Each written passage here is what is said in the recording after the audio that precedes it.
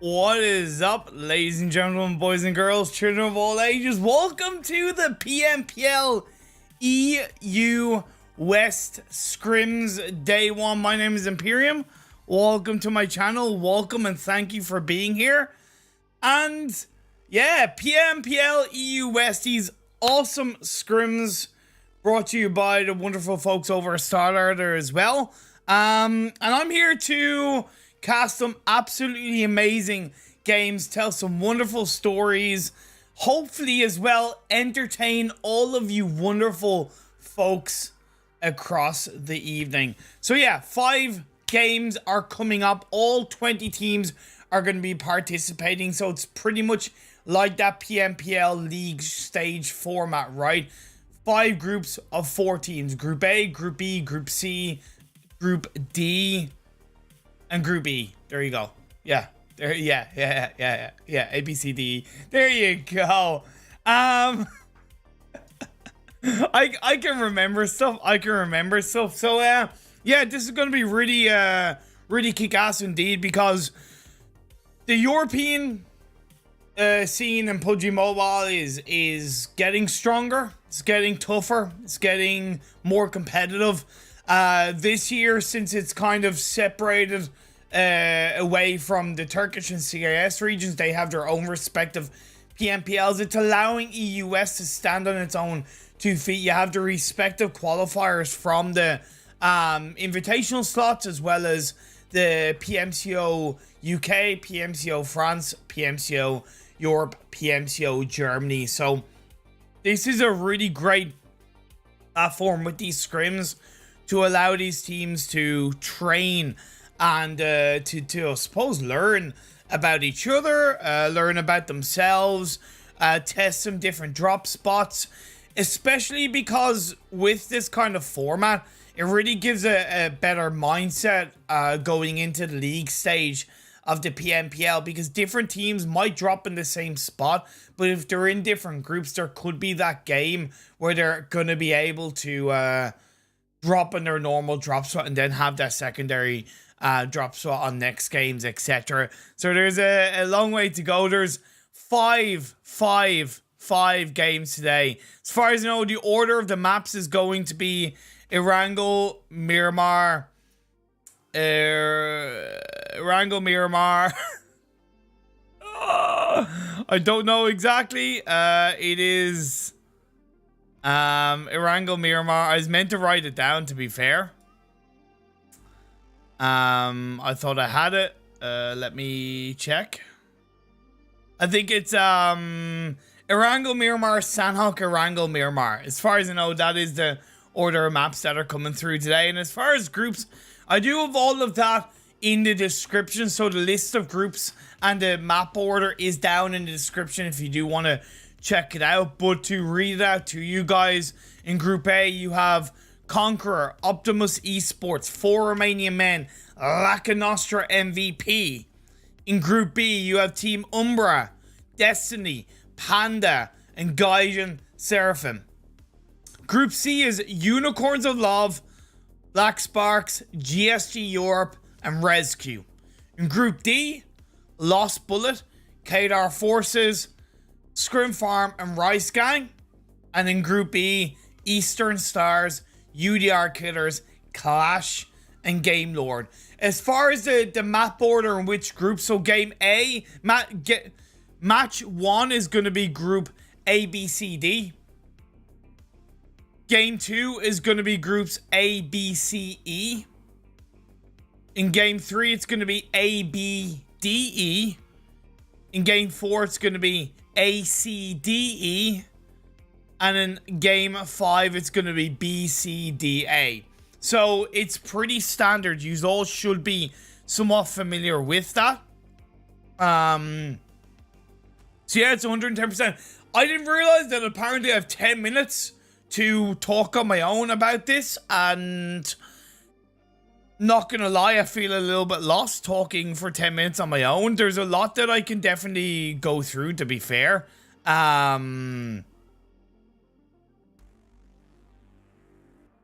Okay.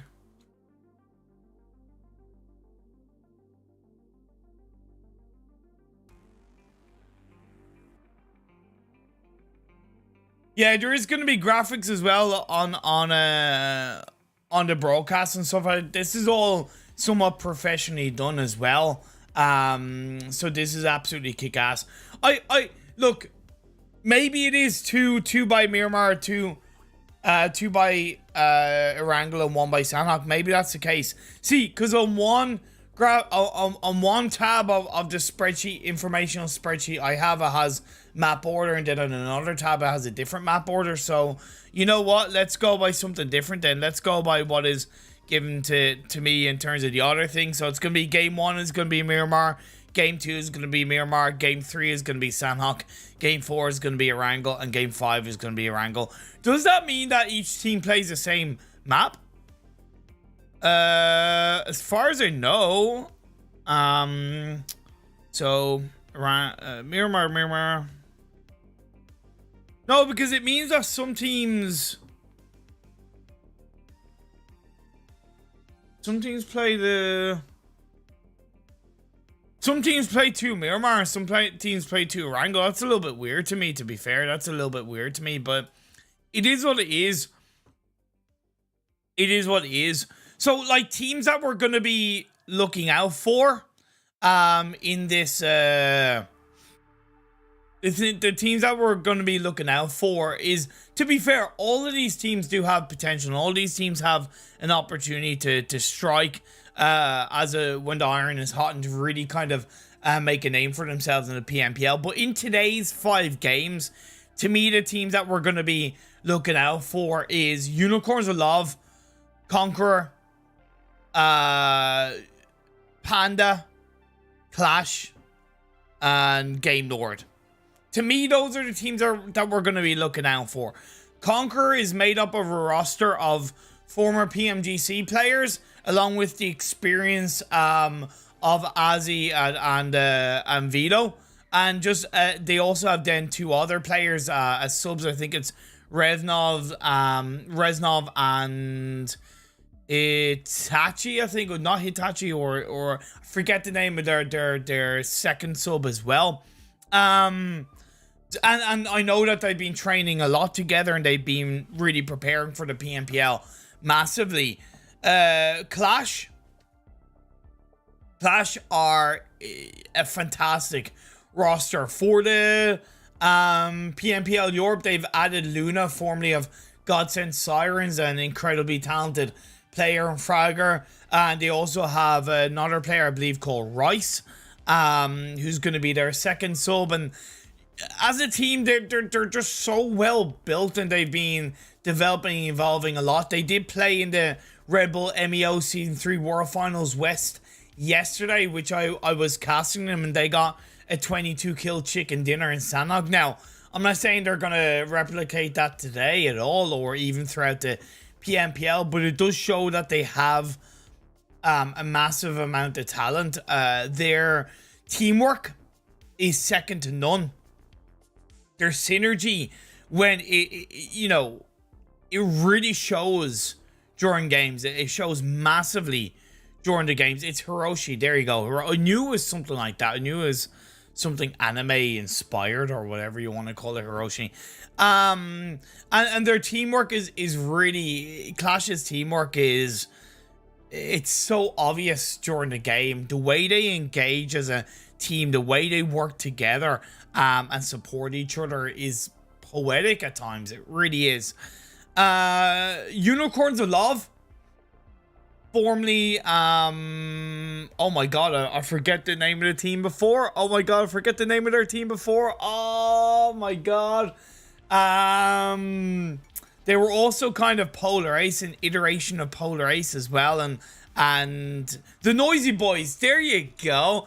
They were known as the Noisy Boys before that. Savage X, Agon, Ked, Fresh, who is of a legal age now to play PUBG Mobile competitive. He's been waiting for his time to shine. And then they added Beg for Mercy to the roster. Beg for Mercy is honestly one of the most talented individual players in the PUBG Mobile EU scene. So I'm really expecting pretty big things from him, to be fair.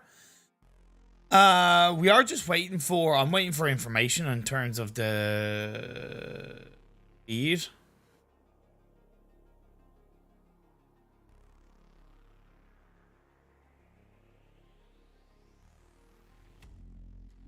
Okay, yeah, just waiting on information with regards to the feed. I have it, but it hasn't started on my end. The stream hasn't started on my end. But Unicorns of Love are just so talented. And they're an aggressive team, and they've really been working with that aggression to develop a strong sense of rotations, a strong stability in terms of their strategy. And I really believe that they can pull out some absolutely massive results in the PMPL. They did recently win the Concate League, the Hate Gaming X Concate League. They won by a pretty impressive margin, to be fair. So I know that they are definitely a team to look out for. Panda, they qualified through the PMCO EU West, and in scrims leading up to that, they looked very strong, and I think they lost a little bit of mojo, just a little bit of mojo in the PMCO, maybe a little bit of confidence. I know it was kind of really, you know, a massive opportunity for them, but they still earned their PMPL slot, and I do think that they're one of the most talented teams that are kind of undiscovered, so to speak, in PUBG Mobile. So I hope that with the platform of the PMPL, the kind of month-long format, they'll be able to adapt, evolve, and just really get better as the tournament goes on. I'm thinking that they might struggle a little bit to begin with, but then they'll find their feet and they'll find their mojo.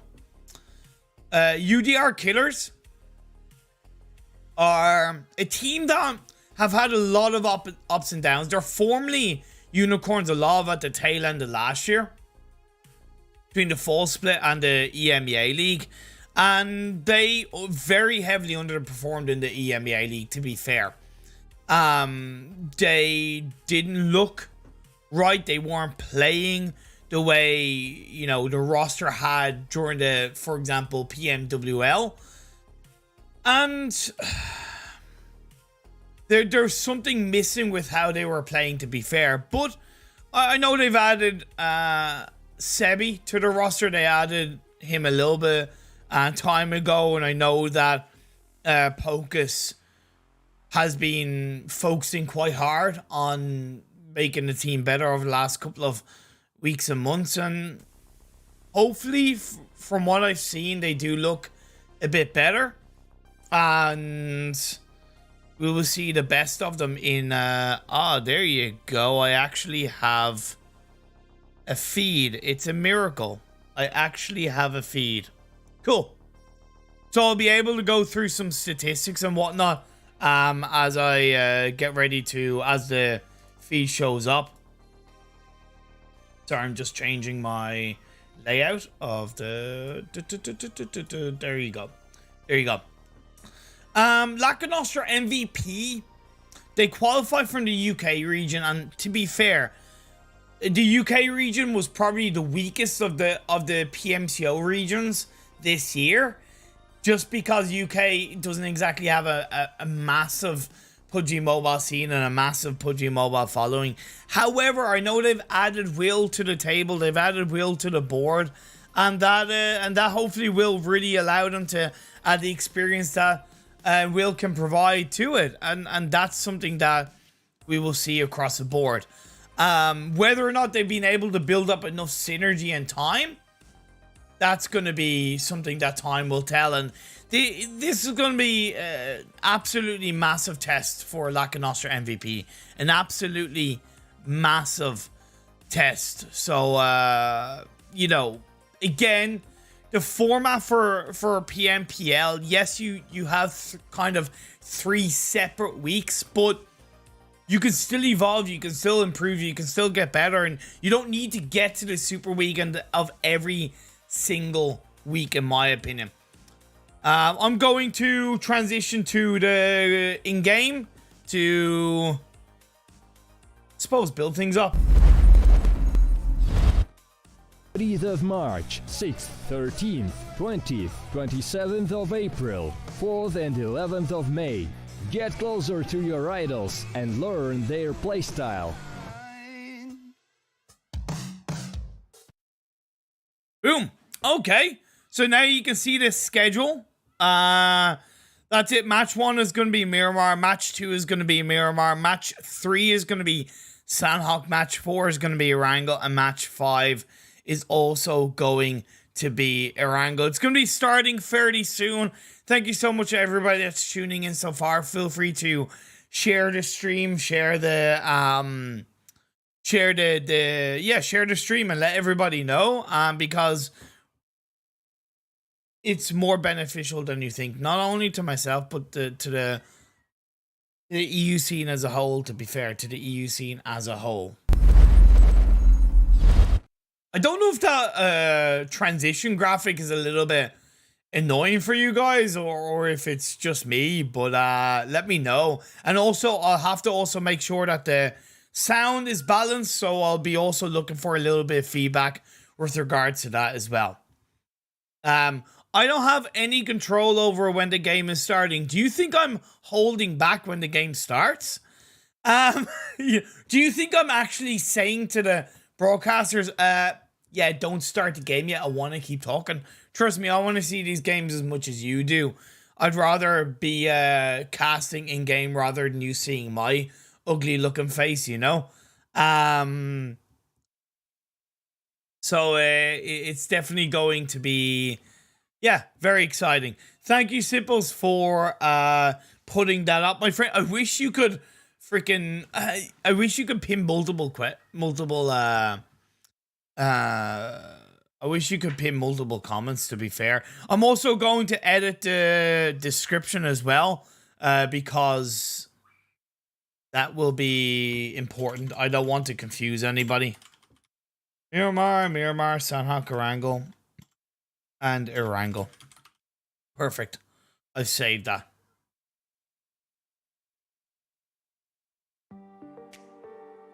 I can't do anything about that, Rias. I apologize. Okay, cool. We are getting into this game 1. Let's go. Let's go. So this is group A, B, C, and D. We do see the plane path in Miramar. It's going to be going from Porto Paraiso all the way up to Lakonostra. I'm going to be looking out for where these teams are going to be rotating, how they're going to be playing throughout the board. The SX are dropping straight down towards Porto Paraiso. Going to go for that kind of split drop just outside of Impala as well. That does make sense. Spread your wings a little bit. Porto Paraiso, I don't think is a strong enough compound to support a full squad.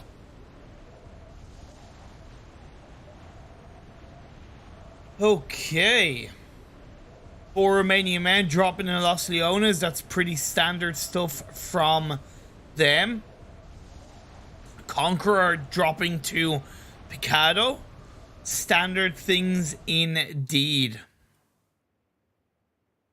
You can see ESX, or Black Sparks as they're also known as. Unicorns of Love, as usual, kind of split dropping on the west of Los Leones. You also have RESQ down on the south of Los Leones, just to the east of 4 Romanian Men. And that phase 1 circle is very solid. It complements the plane path. It is a bit more heavily to the east, but you can see that there's a lot of area free, especially for Black Sparks. Their recognition as a team that would have been the first to drop, along with their freedom to move up on the eastern side of the map, should really allow them to take control in the early parts of the game, allow them to set themselves up to really create a lot of space around them coming into phase 2, 3, and 4. See Conqueror right now on your screens. And Rice Versace picks up the kill onto the side of Optimus Esports Caster, formerly of Respect, now playing for Optimus Esports in the PMPL. And he's back in the lobby. Nice play by Rice. I was talking to Rice. I'm actually giving him just a little bit of advice on drop spots and strategies and rotations. I haven't really spoken to them too much about Miramar, but it's nice to see them on this Miramar game get the better of Optimus Esports and cruise the Val. ScrimFarm and San Martin for the time being. Unique, Spectra, Clown, and the rest of the team. These make the match picture full screen. What do you mean by that, Theo? It is full screen. There you go. I don't have any control over the map picture, by the way.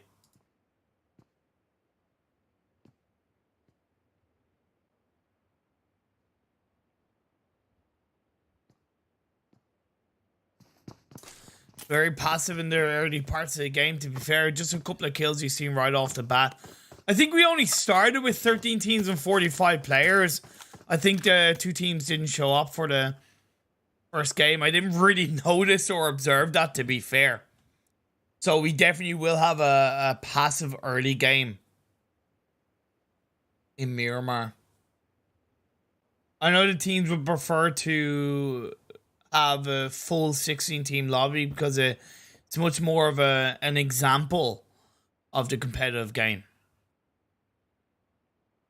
Gaijin Seraphim played the PMCO UK. As far as I remember, they won it, if I'm not mistaken.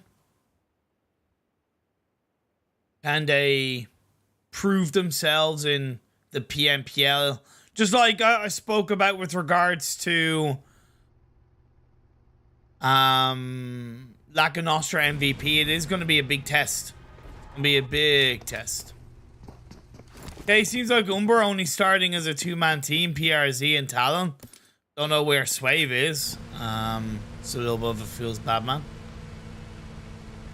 Destiny is made up of Whiskey, Beast, Mishi, and Noshi. I know Beast and Mishi, they've been in a number of teams together. And to be fair, I know that they're, as a duo, they have a lot of potential. I mean, a lot of potential. But I also know that they haven't really like proven themselves in the wider spectrum of the kind of EU scene, and now is their time to prove themselves in my eyes in the PMPL for Destiny. And I hope they do, because really I see their potential. I see their strengths. Versace, Cakes, Nexus, and Nightmare. Off the back of getting 2 early kills, Lunamp cruise the Val, and they'll then probably play around on towards a more central circle. RESQ in through Los Leones. I did notice that Panda they dropped on down on the western city of El Pozo. They'll definitely have a little bit of a tougher job in this game of rotating, because they are quite far away from the circle. The obvious choice is to use the northern road, the northern main road, to go past La Cabrera and then come in on the northern edge of the circle. Be aware. Take it step by step, maybe stop along the way and see how it goes.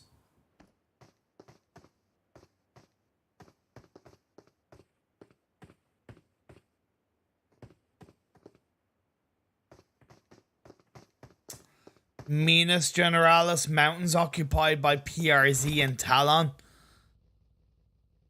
And Conqueror rotating fairly early away from Picado, coming through the graveyard hills. I think they're looking for... no, that's not shots onto UMBRA. No, that's shots from Vito. I think to the west of them. The early rotation from Conqueror makes complete sense. Plus up the graveyard hills, it gives them great sightlines on Minas Generalis. It gives them good information on La Bendita as well. It's a perfect, near perfect phase 1 anchor point for Conqueror, to be fair. I think UMBRA might have heard those shots.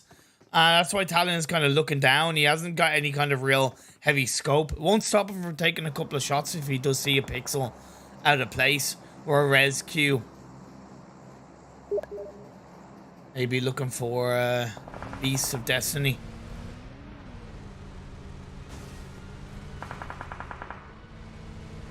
Destiny separated a little bit. Still rotating through on this phase 1. 8 minutes into the game.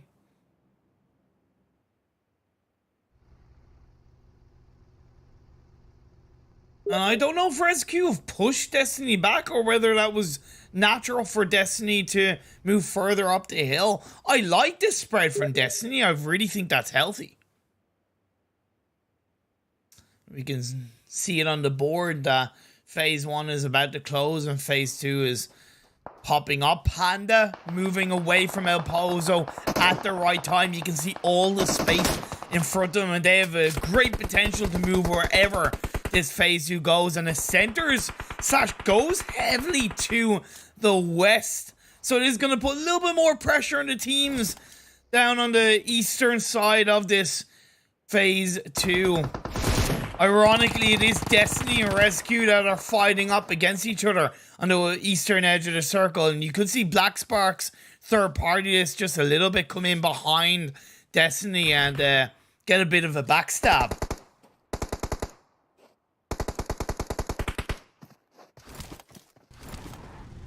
Optimus will be able to move down from Torre Almada without any real troubles. Nice rotation from Rice. Gang in this phase 2. Probably maybe going to play towards Hacienda. I wouldn't be against it, but I prefer a little bit of a better spot. Maybe a bit north of Hacienda. / the very, very, very edge of San Martin, possibly. Gaijin Seraphim stopping on the hills behind Rice Gang.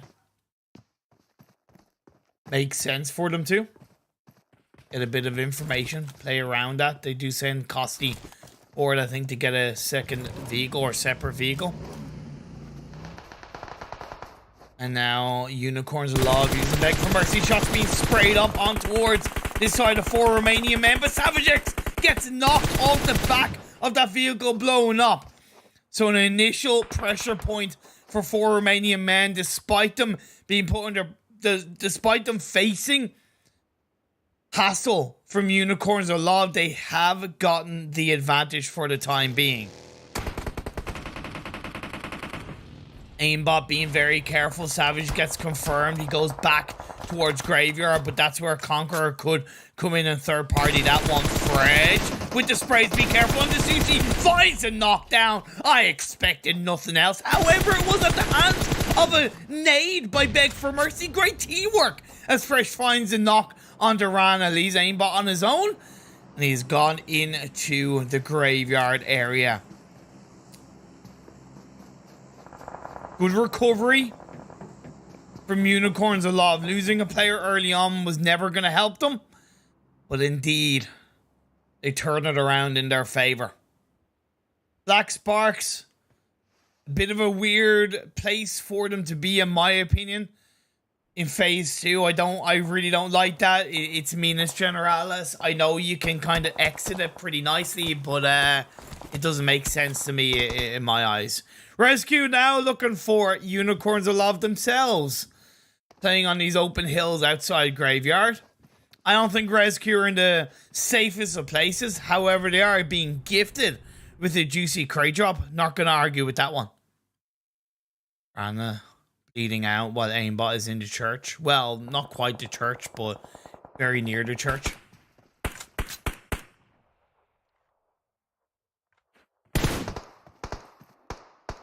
Remind you, this is all 20 teams in these scrims. Group A, Group B, Group C, Group D, Group E, 5 groups of 4 players. Phase 3 about to show up, or is it going to shift its centers up quite nicely? Lakonostra MVP looking damn good where they currently stand. So do the side of Conqueror. Even Gaijin Seraphim on the hills that's just a little bit down the southwest of El Azahar is very healthy to be. Panda, they definitely have a little bit of a trickier job. They're coming in behind Rice. I know what they can do. Miramar's a map that they can be particularly strong on as well. They're just going to have to get rid of the remaining 2 players of OPTIMUS Esports. They're both coming in at the same time, going to be fighting for the same spot. ScrimFarm being fairly quiet on the San Martin Hills in the early parts of this game, but now as Phase 3 rocks up, they're coming in on the western edge of the circle and Conquer onto Black Sparks. It's a nice one from Reeves. The Irish God himself picks up an early kill, but playing around these buildings, you do have to be very, very careful. Blind find Reeves. That's a little bit risky on your own, Reeves. You can't pull that off. You really have to make sure you have the support of your teammates. That's a lovely juicy grenade by Marley, but isn't able to connect onto Blend. It's a close one. That's close. Now Hamo. Azzy, you have to follow up. You have to follow up, Azzy. Hamo now going to push on forward. Finds Marley with the backstab. Vito not able to cover fire in the right way. Conquer, although they got the initial knock and the initial kill, they've been put down to 2 players. The revive being pulled out onto Marley as he gets dropped down. Banger with the Banger Nation shots. Switches on over to Barrow now going to come in on the outside. Belen does get confirmed. That's lovely by Vito. It's the reason why he's one of the best close range players. Now he's going to switch on through. Marley gets his backstab from behind, and they will come up as a 3-man team. Gets a revive onto Azzy, and Conquer survive that one. Good play, good attempt by the side of Black Sparks, but just not the right way that they entered the team fight, where they lost a player early on and it put them on the back foot just like that. Yes, they even things out, but that kind of team fight, if you're not initially in control, it makes it so much harder to come back from. 11 teams, 35 players left as we hit the halfway part of the Phase 3 Blue Zone, closing in 15 minutes into the game. Panda push a little bit more on the northern tip of the circle rather than playing on the northwest. It does make sense because these are some pretty valuable hills to play around, but Destiny, who are already there, are going to look to push Panda back. Panda don't seem like they're going to massively push back, just to hold it beyond the hills as Phase 4 does center up once again. It goes a bit more north, but Rice gang are looking good. So are Gaijin Seraphim, but I'd recommend that they do join up together a little bit more closely. Lakonostra MVP haven't had to do anything and have been gifted the circle, while UMBRA will now move down on the Minas Generalis mountains into the southeast side of the circle. But because Conquer are responding extremely quickly to that circle shift, they could overtake that area by UMBRA, but I don't know. They're not really going to know that UMBRA are there, to be fair. RESQ are also going through Minas Generalis, which I'm not a massive fan of. Yiz gets dropped down. So does XT. Panda, you're losing it one by one, and now Destiny are going to push forward. They need to take control of this fight. They need to wipe out Panda without losing a casualty because they're outside the circle and the blue zone's closing in. Phase 4 is going to be hard to find a position in. Linia does return fire, taking out Whiskey, and GK the first turns of the round. Every now and then I get a little bit lonely and I listen to the skies as Destiny does finish Panda off. Only 1 player down for Destiny. I thought Panda might be able to turn it around, but it became too much, and that was a great engagement from Destiny. Off the back of a double knock, there was only going to be one way that they were going to push that, and that was full sending, unfortunately losing a player in the process. Conqueror deciding to opt to go on the kind of a southwestern side of the circle rather than the southeastern side, and that could be their undoing because Lakonostra MVP are there, so are ScrimFarm a little bit more on the western side, whereas dealing with RESQ and PRZ, UMBRA should I say, probably would have been a little bit more easier to deal with, just a little bit. RESQ did find a way in. So have Conqueror on the southwestern edge of the circle, to be fair to them.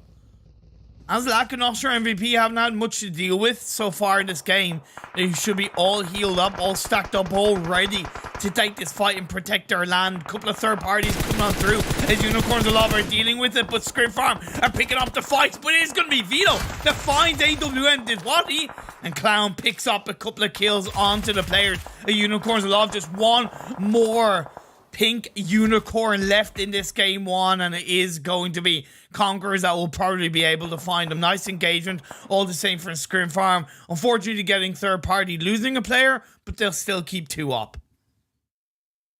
Lakonostra MVP also added Jaja to the mix. Jaja to the roster, one of the most experienced players in EU, but a little bit like B Samichi, I feel like he's yet to really prove himself across a wider EU scene. PMPL is going to be his opportunity to do that. RESQ,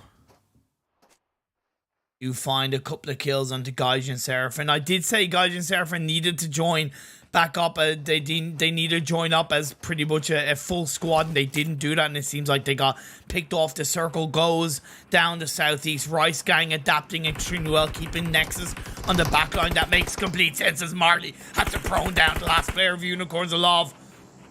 Now gonna make some noise. It's fresh, looking for some fresh victims, but Conqueror gonna be delayed on their push into the southern tip of the circle because there's a unicorn poking them in the back. The horn of a unicorn in the arms of Fresh gonna stop them from moving cohesively as a unit into the circle. Plus, Conqueror do have to be aware of Lakonostra MVP, who are still in this phase 5 circle. Marley on the boogie. That's a bit risky. Azzy has found it, but it's going to be Lakonostra MVP they're going to have to fight against to protect this phase 5 circle position. Blood on Fido. That's good. The MVP. Okay, Jaja. We won't talk about that Molotov. We will not talk about that Molotov. Lakonostra MVP, as far as I know, stole that kill away from RESQ. RESQ won't mind because there's still control for RESQ. Marley plays on the prone down position. Fresh gets caught up by Will with the M249 squad wiper. It was indeed a squad wiper, despite it only being one player, to be fair. Talon gets knocked down. Team UMBRA not looking good so far. And RESQ are picking off these kills one by one on the eastern side of this phase 5. ScrimFarm down in the water. Tower dips. Rice just a little bit further ahead inside the circle. Gatekeep could come through, but Destiny beast on the hyper. It's a good start for Destiny. Once again, fighting for their spot inside the circle. Fighting for the right to party, and Nachi on the Coyote. That is banger. That is popping. That is rescue down to just one. But Mishi does get slowed down. He gets put down to his knees, but Beast is going to push on forward. Not going for the revive. Finds the last kill. Finds a blow. Finds a Beast within to get the squad wipe onto the side of RESQ. Okay, Destiny. Okay. I like it. I like it.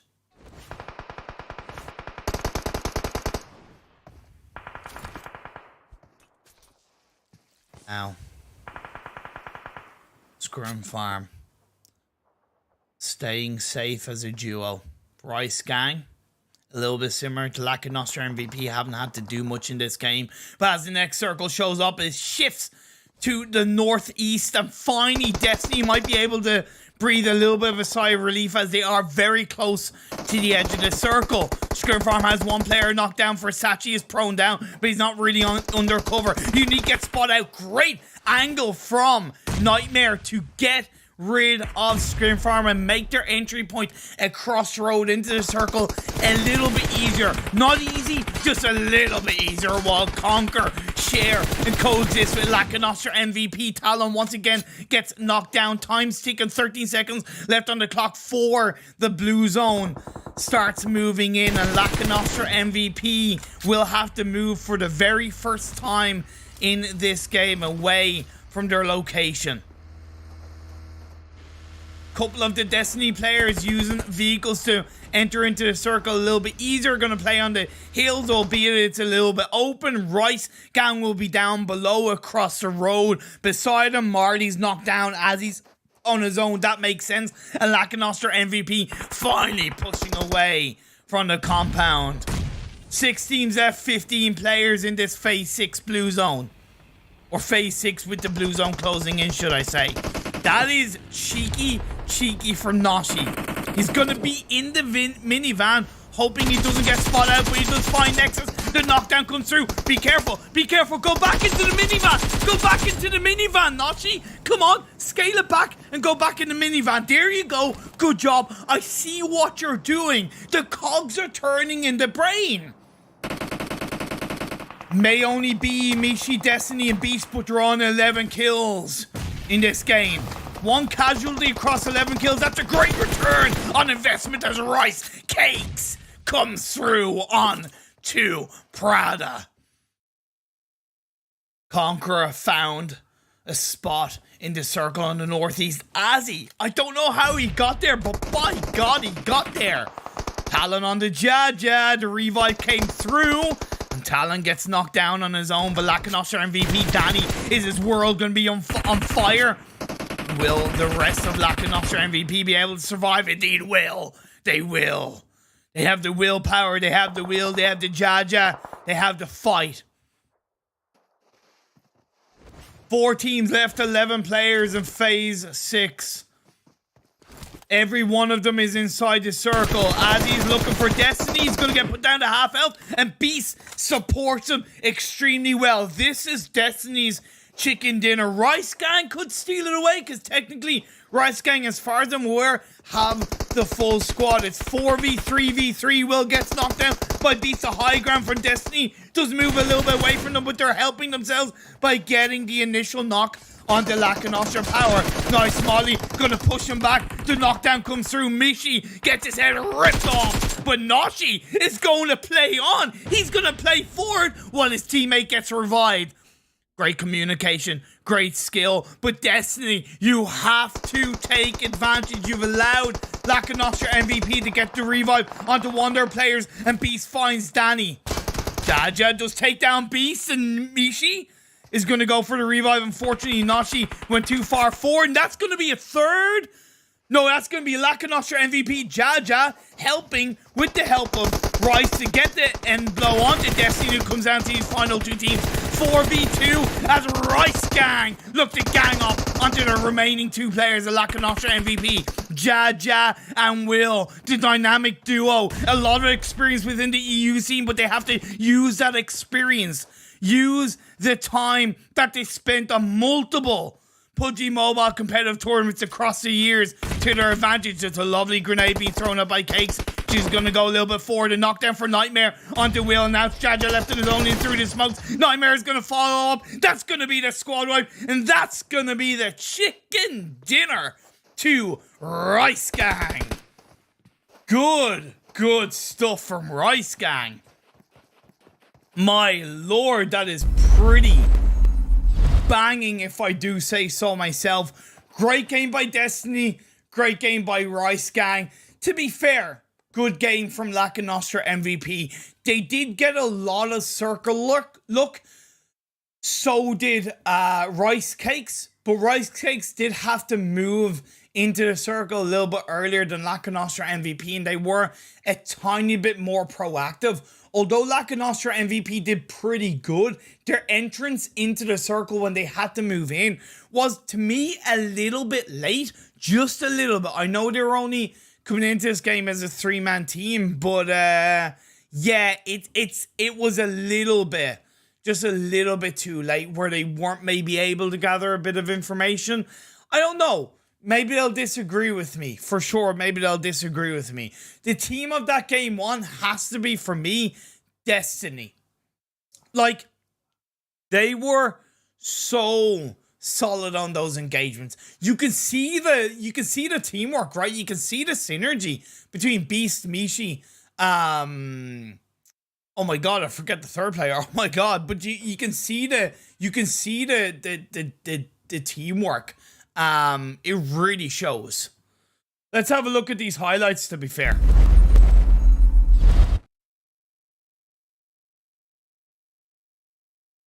Like, it was a good engagement. Bit of a mistake from Reeves going a little bit too aggressive on his own. He should have waited for his teammates to support him, at least to push in as a duo. He paid for that by going down.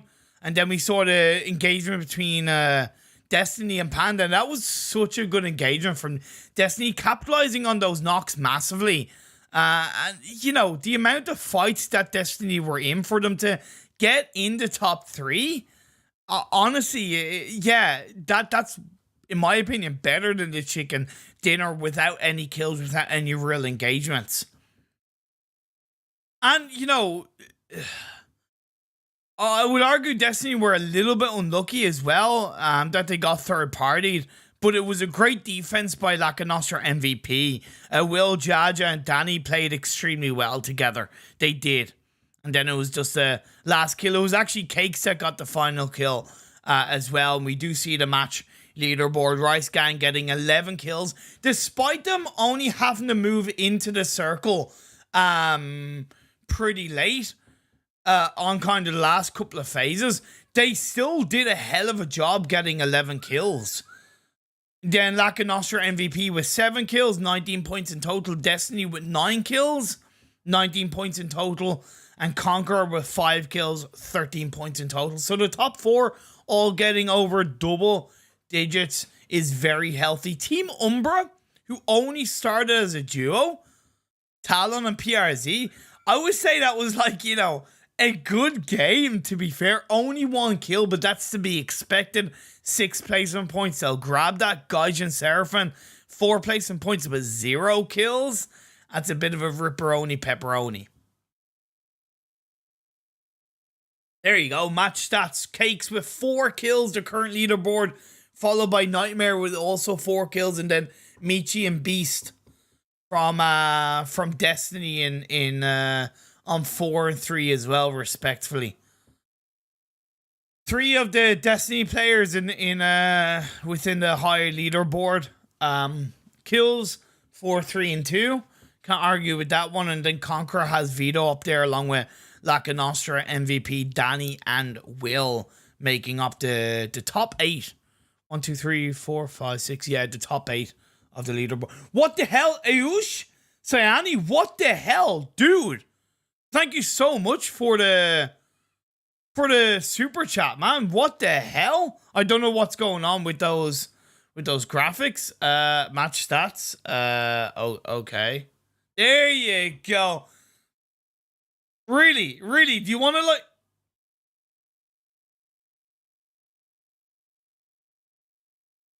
Okay, I'm just gonna switch to my screen until something actual decent comes up, to be fair. I don't know if that's actually on purpose. That could be, to be fair, while the break is going on, but that's also like really jarring, to be fair. That's just really jarring. Match 2 is going to be in Miramar once again, and it's going to be groups A, B, C, and E. So D are going to be out of this game. It's going to be... yeah, is it going to be group A, B, C, D? Yeah, A, B, C. Yeah, A, B, C, and E. So you're going to have no Lost Bullet, no QATAR Forces. But I don't think Lost Bullet or QATAR Forces participated in game 1 anyway, to be fair. And we will introduce Eastern Stars, UDR Killers, QLASH, and GAMELORD. You know what? I think I'm going to go for a break, and then I will be back on your screens. Let me just set a timer, to be fair. Let me just set a timer, because I'm obviously solo casting. It's up.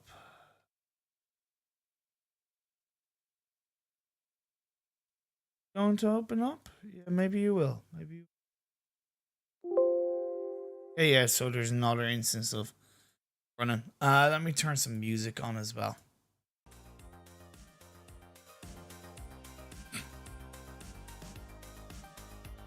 Okay. There you go. Okay, let me set this up. I will go for I will go for 5-minute break. And I'll be back for game 2 in the PMPL EU West Scrims real soon.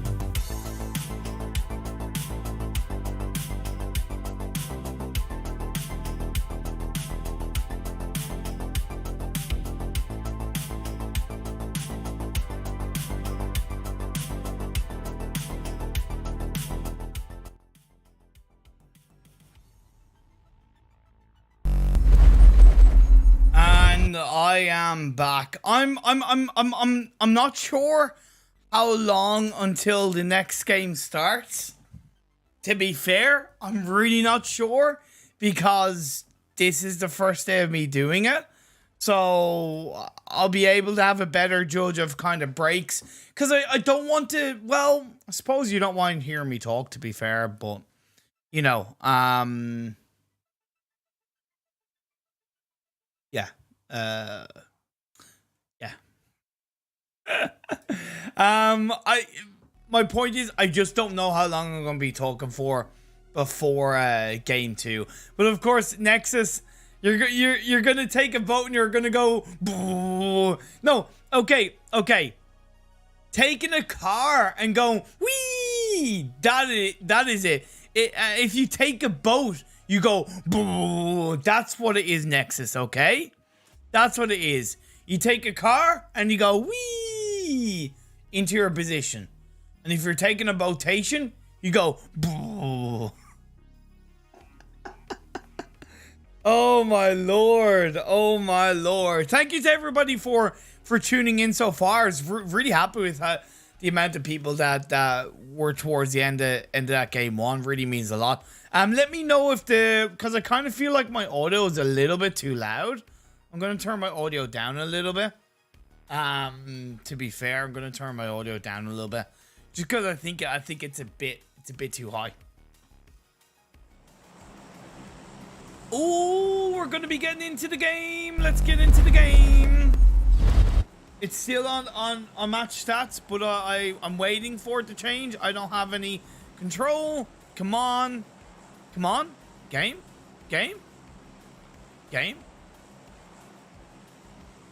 No. No. No game. No game. No. No. No. No.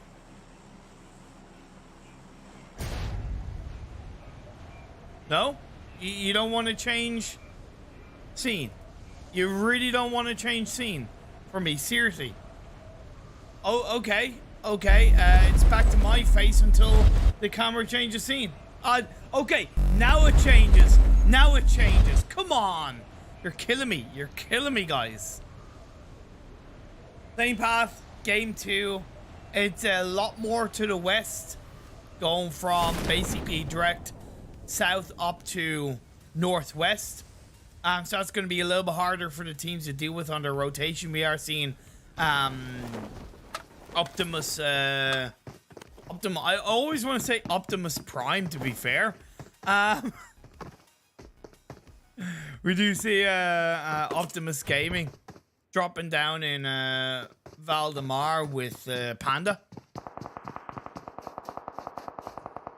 Again, this is groups A, B, C, and E that we're playing in this game. It's 14 teams, 52 players. So we are starting with 14 teams as opposed to 15, as opposed to 16. Nice shots being fired out from GK. The first does get a knock in the confirmation to Muzi. And it seems like Optimus Esports aren't having a good start to the game. Just like in game number 1. It's not a good start for them. Caster, Wason, and the rest of the team are going to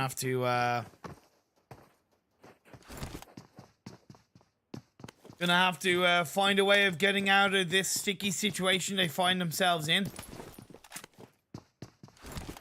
Phase 1, the blue zone's going to start closing in around a minute and a half. I'm not exactly sure where phase 1 went, to be fair. Sorry about that. And indeed, main man, my beard is getting there. I do want to get it trimmed, and I might keep it at this actual length, to be honest, because it's a bit more comfortable. It's obviously a lot more manageable, and it still makes me feel manly. Black Sparks do get to their normal drop spot around Porto Paraiso. Let's see if they can do a little bit more with it in this game 2 compared to game 1. Luckily, because the delay is on the broadcaster side, I can basically stream this live and respond to a couple of comments while I'm casting.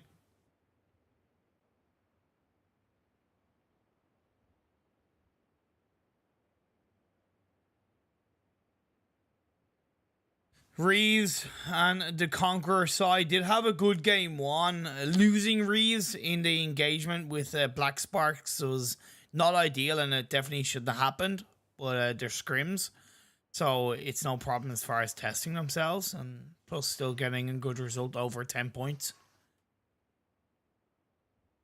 Definitely wasn't a bad thing.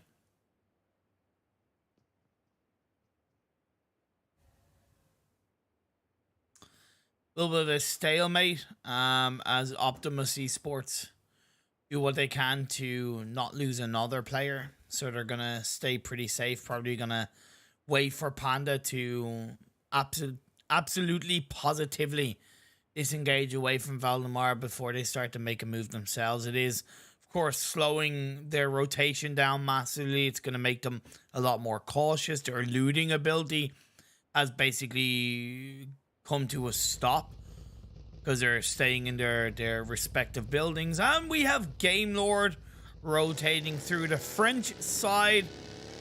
Let's see if they can bring a little bit of je ne sais quoi to this lobby in game 2 on Miramar. Onsos Lenu, who is formerly a Gods and Sirens player, is joined the GAMELORD side as a sub for the PMPL, so it is great to see her playing in these scrims. It's kind of the perfect opportunity for her to get some training, take it seriously, and go from there. Leave Halls, I think it was Halls that took a couple of shots towards either Linia, or it was I think a caster. Either way, that has actually alerted the Panda a little bit more. And now they're probably going to go hunting for the rest of the Optimus Esports players. So there's no point in staying quiet in the buildings if you were going to take a couple of shots. Caster now possibly trying to put Panda in a position where they get caught out from Wason across the road along with Halzino. Halzino should be looking to look for a better angle, as Caster does a great job, does an absolutely fantastic job of holding back the Panda players. It's also quite respectful from Panda, but coming around the corner of the building, Wason is stopping GK the First from coming around and getting the knock on the Caster.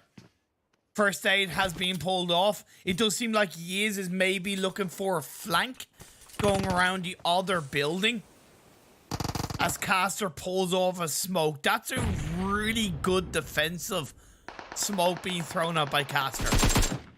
Halzino does take a little bit of cheeky damage at the hands of XT.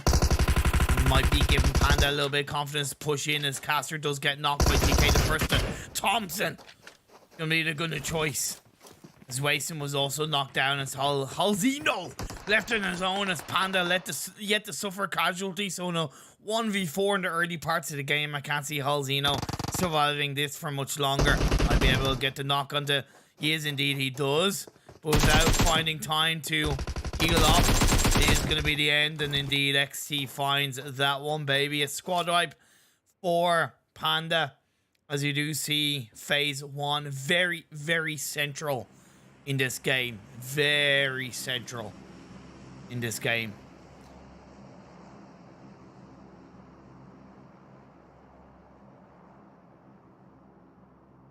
So, okay. So, Eastern Stars.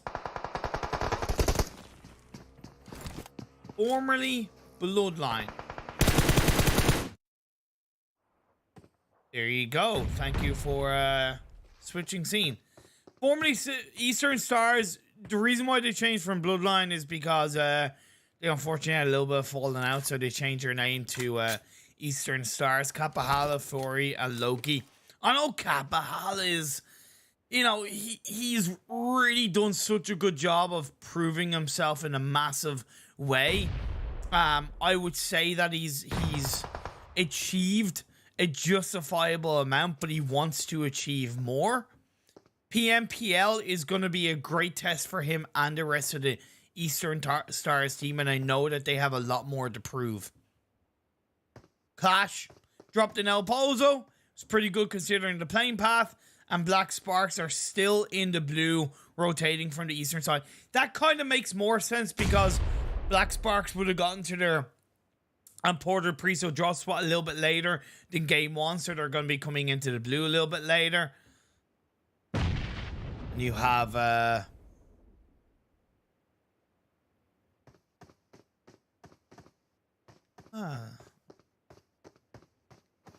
you have Circle 2 shifting up north, so a little bit more contention for the teams down south.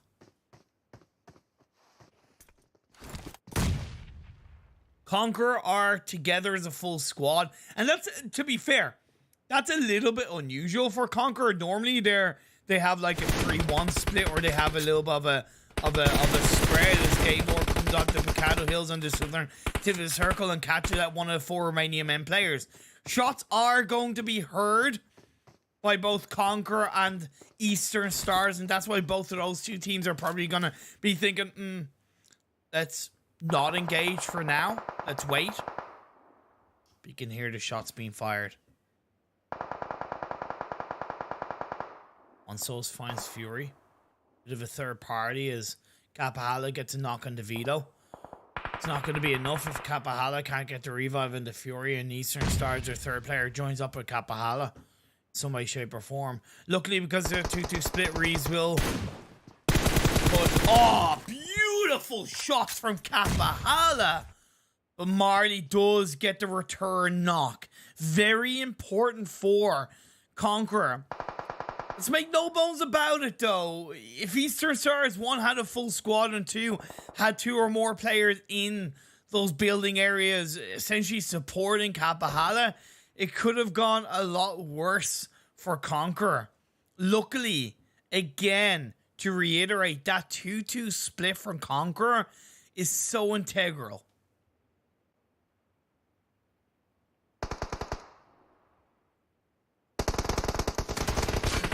Okay, Loki, you got there, but your teammate might bleed out. Let's see if Fury can fall to his teammate.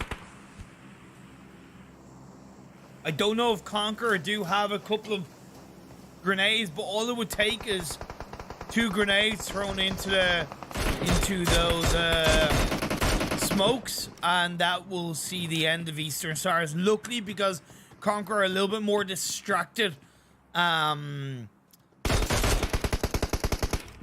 with GAMELORD, where they did get a kill, by the way. They haven't been able to push more aggressively on Eastern Stars. The blue zone is closing in on this phase 2. Destiny still in the blue. You have RESQ coming in from the blue as well. Seems like they were engaging on each other. I think RESQ did pick up a kill on the Destiny, if I'm not mistaken. Something I might have missed on the kill feed. And Breeze and the rest of the Conqueror disengaging away from the Picado Hills. Reeves on that vehicle will move out.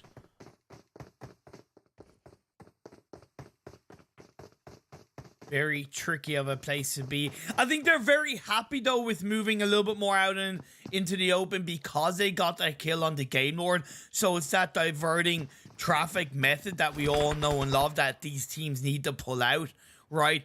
It doesn't necessarily need to result in a kill, but if you take shots, if you get a knock on an opposing team in an area that's a little bit further away from you, it does massively allow you to divert that team away and give you a lot more space to push in. We don't know where phase 3 went. It seems like it did shift northwest, if I'm not mistaken. As far as you know, it went up northwest.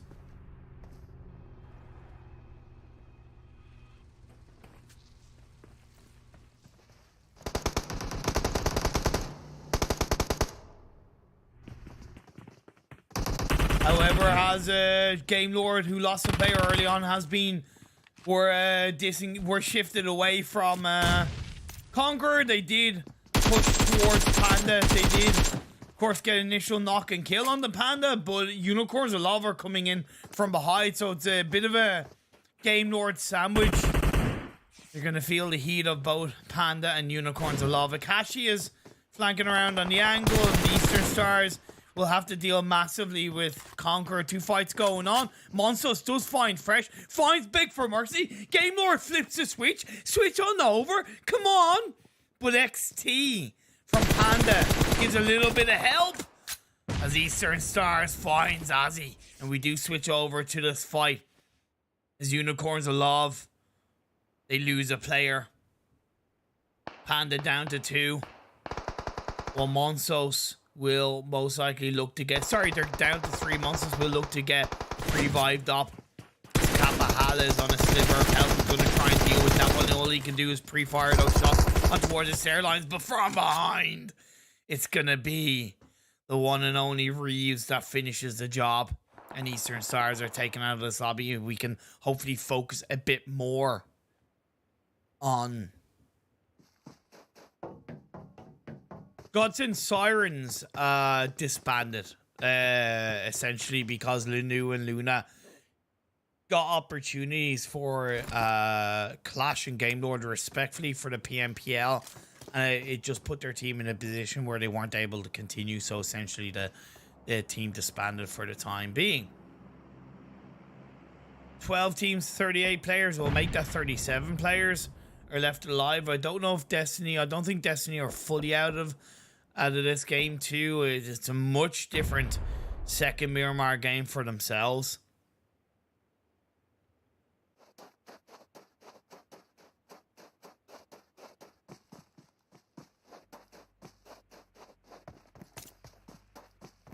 At least ProLord is joined up with his UMBRA comrades for game number 3. Game number 2, should I say. So there has a 3-man in the circle. Centers up towards the hills of San Martin. 4 Romanian Men looking good. Lakonostra MVP. I don't know how heavily they've been praying to the PUBG Mobile gods, but it's enough to be gifting these circles in their favor across the first 2 games. They'll be laughing their cotton socks off in this game. The 3-man team of Unicorns of Love. Is it 3 players or 2 players that are left? It might only be 2 players that are left for Unicorns of Love. Have been able to find a position on the southwestern side of the circle as Conqueror still together as a full squad. Will stay on the Picado Hills, to be fair, on the south edge of this phase number 4. Gaijin Seraphim will be giving a bit of a sigh of relief at the fact that they can control the northern side of the circle, but they're going to go for a northeast rotation a little bit wild. Black Sparks could be clashing up against them as well. 4 Romanian Men on their controlled compound. RESQ trying to find a way. Panda also trying to find a way on these Picado Hills. The last player of Destiny is just gonna stay doing nothing and hope he can survive against the might of the teams around him.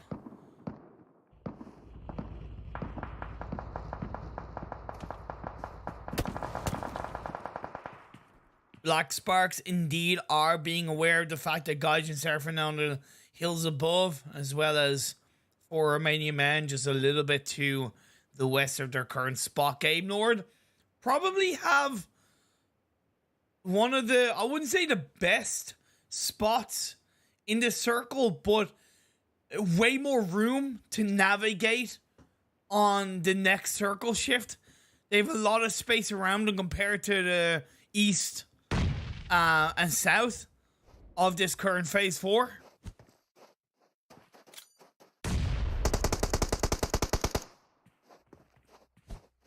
Load of RESQ. Chucks a couple of grenades. Might be able to find Azzy. Azzy moves away just in time. You have Panda, RESQ, and Conqueror. The gatekeepers on the mountains above Conqueror will want to be very careful. They do not, I repeat, do not want to over-peak this one. As Nashi finds Yes. That's a poggers play from Nashi. Okay, sneaky devil. Panda get caught out. They're down to 2. UMBRA have been able to push ahead of Conquer in this circle, so there's going to be 4 teams playing around this small area as Reese finds Blood. Reese nearly getting caught out, but will move away. Blood is going to get confirmed by Azzy. Great teamwork from Conquer, good communication coming out from them. Vito also finds QLASH, and that's going to be the end of them. Luna going down just like that. 10 teams, 30 players left alive. That was the first game for Clash to do something. And indeed, it hasn't gone in their favor. The circle does center up quite nicely into the loving arms of 4 Romanian men. A little bit of UMBRA and one of the RESQ players. Azzy is knocked down for the side of Conquer, but there's nobody in the center of this phase 5. Everybody is going to be playing on the edge.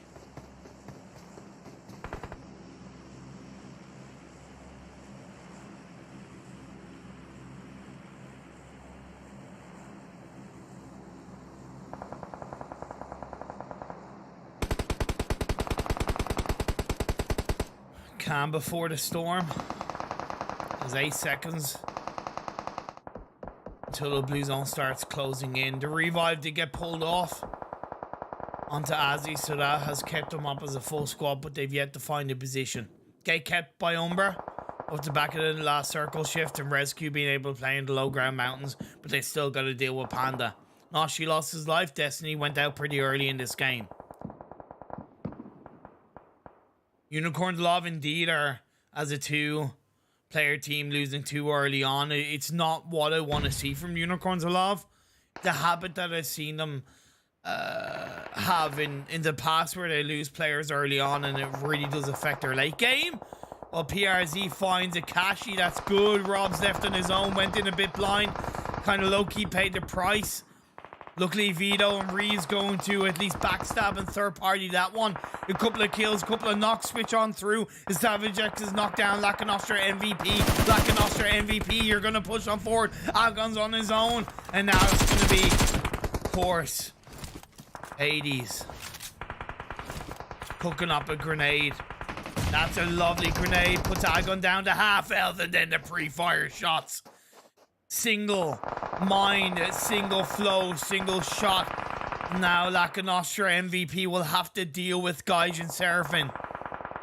Danny pushes forward. Hades is there. Grenade goes out. It's a double knock onto Gaijin Seraphim. Leaves Adobo and Kossi left on their own. In the back line, they're still in the circle though. They're still in the circle. 2v2 on the tail end of this circle closing in. Rob's on the Azzy. We switch on over. Vito's also knocked down, so Conqueror down to 2. The bleed out from Azzy leaves them with a 3-man team. Once they can get the revive, we did lose Team UMBRA, getting sandwiched between GAMELORD and Conqueror. Panda playing on the low ground of the mountain. RESQ being able to push forward. Now RESQ are going to be the gatekeepers off the back of the next circle shift, and 4 Romanian men will have to move from the safety of their compound down on the northeastern side of the circle. And indeed, they push Rana forward.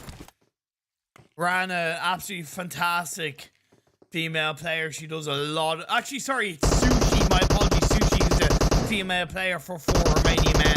Incredibly talented she is.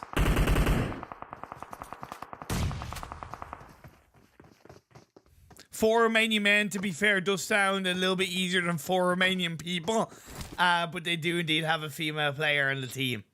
Now Conqueror are going to play on the low ground of the mountains. It makes sense because coming directly down the hill into the circle is going to be so much harder, so wrapping around on the south side is a bit more accessible. It's going to take a bit more time as GAMELORD loses a player. Panda gets knocked. Reeves with a great backline push. XC's left on his own. XC's left on his own as Marty pushes forward. Marty used to be, as far as I know, mainly the support player for Conqueror. Now he's going to be on the front line in this final battle as XC gets spotted out by Marty, and that's going to be the end of Panda. They're going to turn their attentions onto RESQ as they hold on to this third hit of this phase 6. 2 consistent results across the board for Conqueror. Won't go wrong with that. They have always, to be fair, looked fairly strong in Miramar. Akashi on the tick, but Akashi's going to get backstabbed and knocked down. Monsos. Be able to not only pull off the first aid, but even pull off the revive. Chuck a smoke, chuck a smoke, chuck a smoke. Oh my lord, Dexter from down below. Finishes off GAMELORD, and we are left with our final 4 teams. It does seem like Gaijin Seraphim won out the battle up in the northeast against Lakonostra MVP, so it's just Gaijin, RESQ, Conquer, and 4 Romanian men left in this game.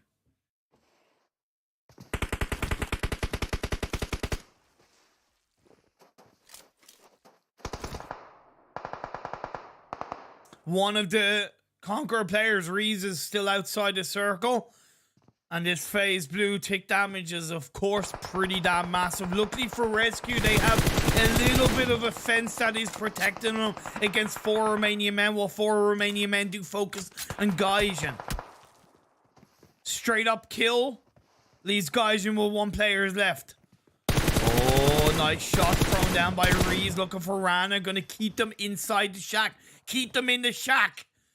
As the circle shifts towards 4 Romanian men, they don't have to move, but RESQ, they have to go down the hill, and they're pinched in between 2 of the remaining 4 teams.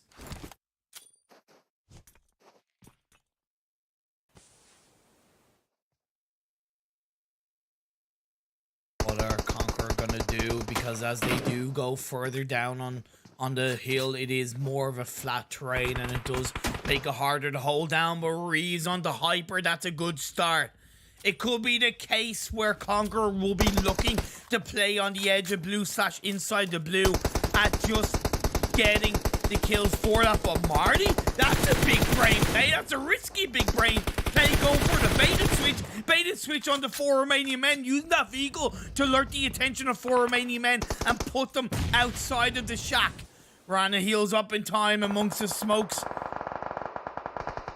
And Kossi goes down. That's going to be the end of Gaijin. 3 teams that's standing, 9 players up. 3v3v3. It all comes down to the trifecta shots. And like I said, RESQ pinched in between 2 sides. Tick goes down, and RESQ are left with 2. A knockdown did get pulled out onto Conquer. So they're down to 2. And Sushi, along with Dexter, finds Coyote. That's gonna be the end of RESQ. Our final 2 teams are left in this lobby. Vito on the off angle. Marley's inside the circle. If Marley can get the revive on the Reeves, while Vito distracts 4 Romanian men, that'd be pretty healthy. But you can see Rana's turned around, has looked for Vito. Vito's making some noise with those footsteps. Be careful, wait for the revive to get pulled off, and Vito loses the 1v1. You should have waited another 5-6 seconds and you would have had the support of Marty. That cohesiveness was not there, Vito. You got too greedy. You got too big-headed, and you paid the price. I love you, my friend, but that moment, it was not the right time to go for that 1v1. Puts 4 Romanian men in the fire line to get this chicken dinner and knock on Marley. There's 1 left on his own. Reese, the Irish dog, can he pull off the 1v3 as he's down to half health? I can't see that coming on through, and it's not the case. 4 Romanian men claim the last kills, claim the chicken dinner, and they win in Miramar for their first attempt. That's a real good chicken dinner coming out from 4 Romanian men. Cannot argue with that one. Good plays from good plays from the whole team. They worked together, a little bit of circle look, but they played that shack pretty nicely. Didn't really overextend too much. Used smokes effectively to move out. Of course, took opportunities against the likes of RESQ and then Vito of Conqueror. And in the end, they ended up winning. Good stuff. We will, of course, see the stats from this game too, and then the overall standings. All these points are being added up. This is to give all of these teams a chance to really learn, adapt, and grow, and they're taking it every single chance they can get.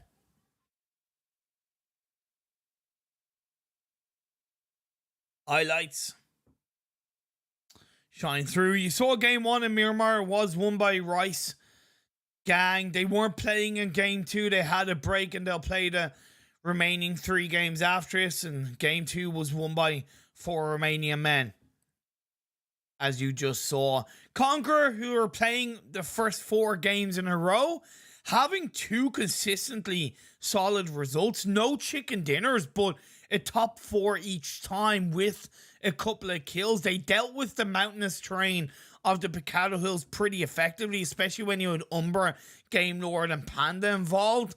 You know, for them to survive against all of them does show that synergy and that teamwork is there. And plus, the dealing with the pressure of the situation, not overstepping their mark, it's pretty massive. And yeah, bar the mistake from Vito, it was a near perfect game. I can only think of what would have happened if Vito had waited 4 seconds for Marty to confirm the revive. Still Conqueror with 13 kills. They do get 25 points in total despite not getting the chicken dinner. Let me switch transition so you guys see. 4 Romanian Men with 7 kills puts them on 22 for the game, and RESQ with 4 kills gives them 14 in total.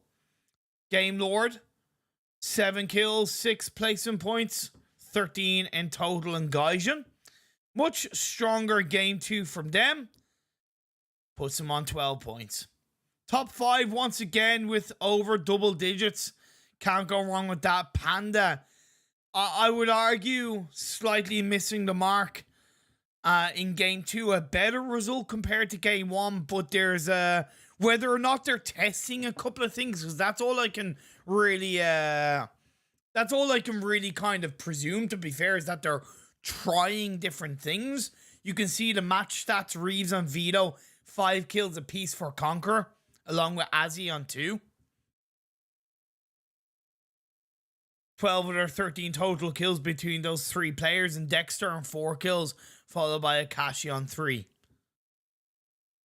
Finishing things off, you then had Kosiev, Gaijin, and Coyote of RESQ clean up the top 8 in terms of kills. And that's match stats. Vito getting over 1,000 damage.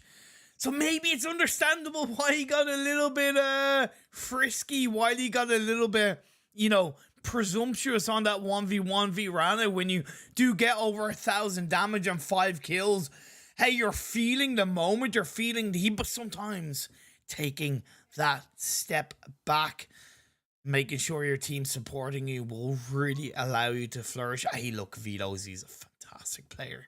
He's an absolutely phenomenal player.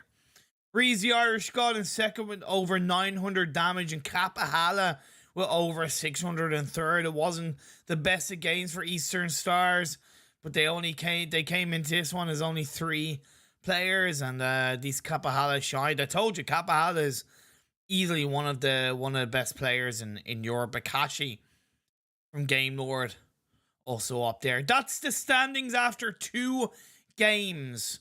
Some of these teams haven't played 2 games though. Conqueror in the lead on a total of 38 points, 20 placement points, 18 kills. Rice Gang, oh, did they play 2 games? Did they? A, B, C, and E? Wait, no, Rice Gang have only played 1 game. Rice Gang, that's a mistake. Rice Gang have only played 1 game. That's definitely a mistake. Yeah, Rice Gang have only played 1 game. Ked, what you talking about, Willis? Lakonostra MVP in third with 25 points total over 2 games. That's a solid average, and 4 Romanian Men on 24 points in total. Gaijin on 16, GAMELORD on 13, but GAMELORD have only played 1 game. We didn't see UDR Killers in this game too, as well as GSG Europe, if I'm not mistaken. That's who we should have seen. So no GSG Europe, no UDR Killers. That's a bit of a shame, to be fair. Hopefully we'll be able to see the bottom half of the standings. Come on. I don't have any control over this, by the way. This is all on the clean feed, so to speak.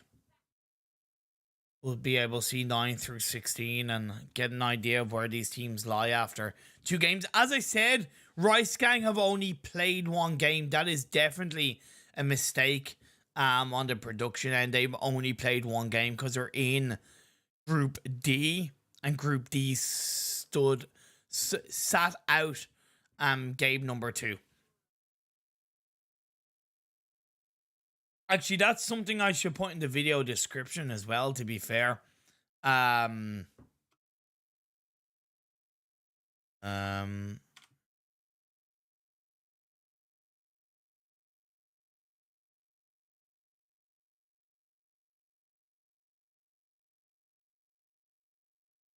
Yeah, I'm going to put this out actually. I'm just updating the description to show which groups are playing in each game, just so you can have a better idea. Let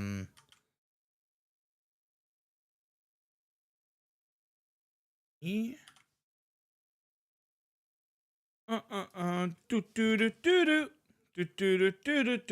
also switch transition so you see me. Game number 4 is going to be A, C, D, and E, and then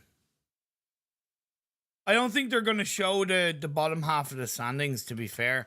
It's still stuck on the top 8. I don't know what's going on, to be honest. Hey, the Real Deal Gaming, how you getting on? My Irish brother, Haksha, how are you getting on? Dude, you're going to see more of me casting Europe in the future. Don't worry about that one, my friend. Hope you're keeping well. Much love to you, my friend. Much love to you. B, C, D, and E. Okay, so let me finish updating the video. I probably should have done this during the break, but I suppose I wanted to do a little bit of talking and a little bit of a hey ho. How are you getting on, guys? It's a pleasure to have you all in the stream, in the chat. Feel free to, of course, share the stream, subscribe, like, and all that jazz. Because we want to be able to feature all these amazing teams in Europe. Thank you very much for saying that I look fire. I need to get my hair cut, but I don't think that's happening anytime soon. And I need to not be fat, but that's going to take a hell of a lot of time. But I'll keep working on it. Yeah, 110%, 110%. Okay, let me set a bit of a break. And then I will be back in... Okay, let's have a look. Okay. Cool. I'm gonna go for a break, but I'll see you guys in roughly about 6 minutes for game 3. It's going to be on Sanhok. I will see you guys then.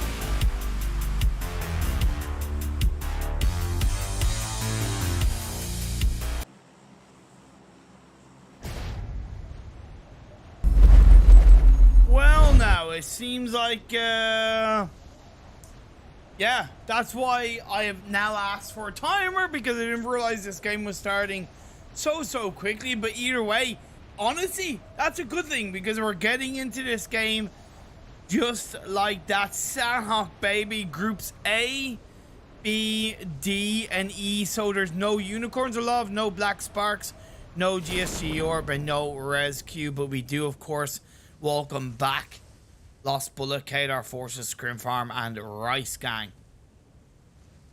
Okay, so I was talking to Rice Gang and I advised him to drop down on this split drop between Painan and Sami, because it was free. Let's see what they do with it. They do know that Lakonostra MVP and ScrimFarm both drop in Painan, and indeed that's the case. The Battle of Painan is going to fire on through. UMBRA goes for a split drop, while Seraphim Kossi loses his life at the hands of Wason of Optimus Esports.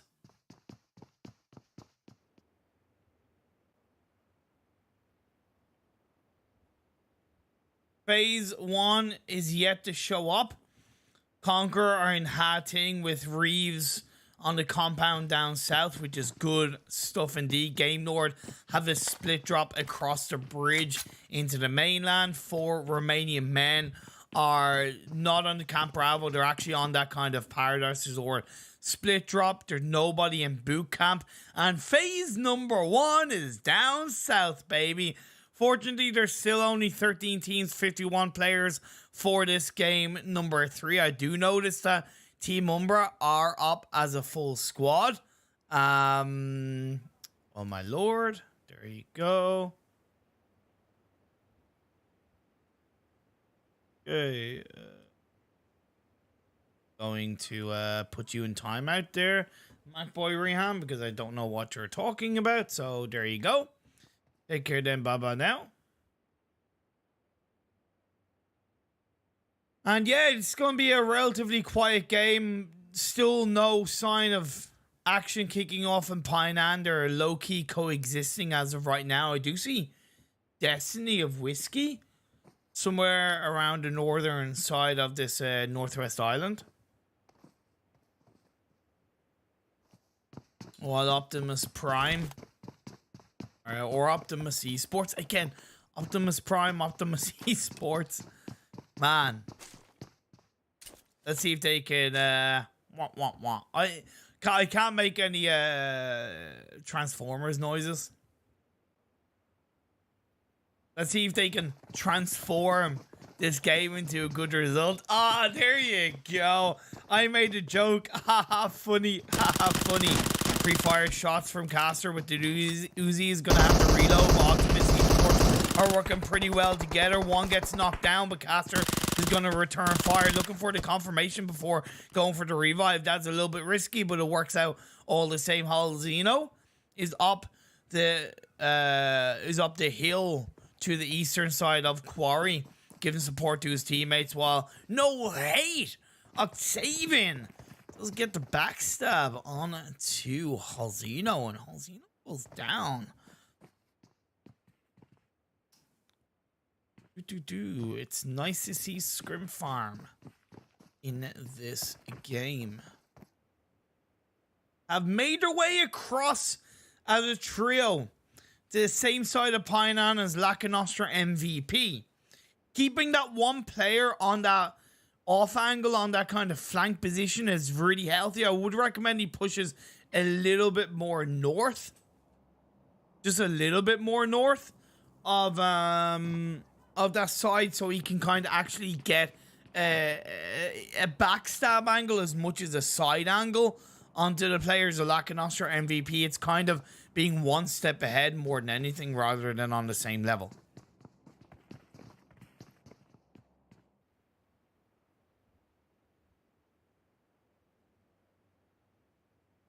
Wait. Okay, Octavian is playing for Eastern Stars, it seems.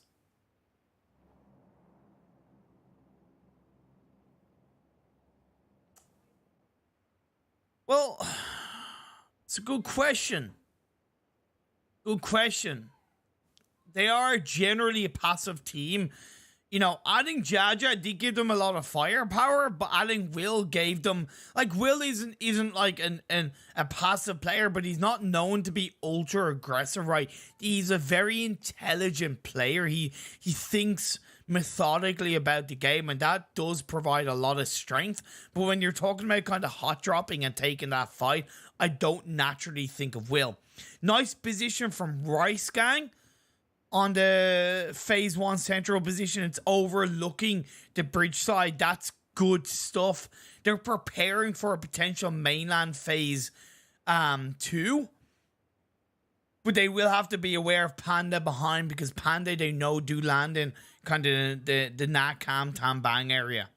UMBRA moved across from the Northwest Island down onto the Ruins Hill, or the hills to the northwest of Ruins, as ScrimFarm do take a couple of cheeky shots towards Lakonostra MVP.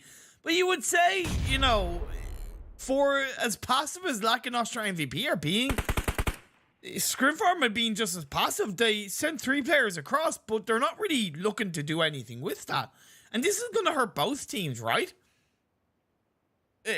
Yeah, okay, they're currently towards the center of the circle, but you need to take advantage of that. Otherwise, as you get into phase 2, phase 3, when the fight does finally end, there's going to be 2 teams, 2, 3, 4 teams around them. They're not going to be able to disengage. They'll get suppressed. They'll get pushed back, and boom, they'll get punished. But phase 2 does go down the southwest, away from the Northwest Island, which is definitely healthy for all of these teams. It wasn't really encapsulating the island anyway, but moving away from it on phase 2 does breathe a little bit of a sigh of relief. I would recommend that Rice Gang look to go a little bit more back over to the west. Maybe keep 1 player, maybe 2, overlooking the mainland, but don't worry about it too much. Clash are going to use a couple of vehicles to go right past Seraphim, who lost 2 players early on, Bujo and Kossi, at the hands of Optimus Esports.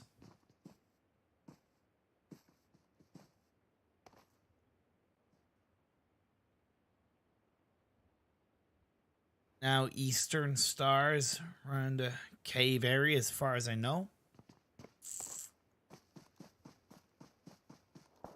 Hey, Coney gets knocked by Carno of Rice Gang. That's good, and that's why holding on to that kind of, you know, that's why position themselves to, you know, divert traffic away from their controlling position, and even confirming that kill is really good by Rice Gang. Good potential from these scrims alone.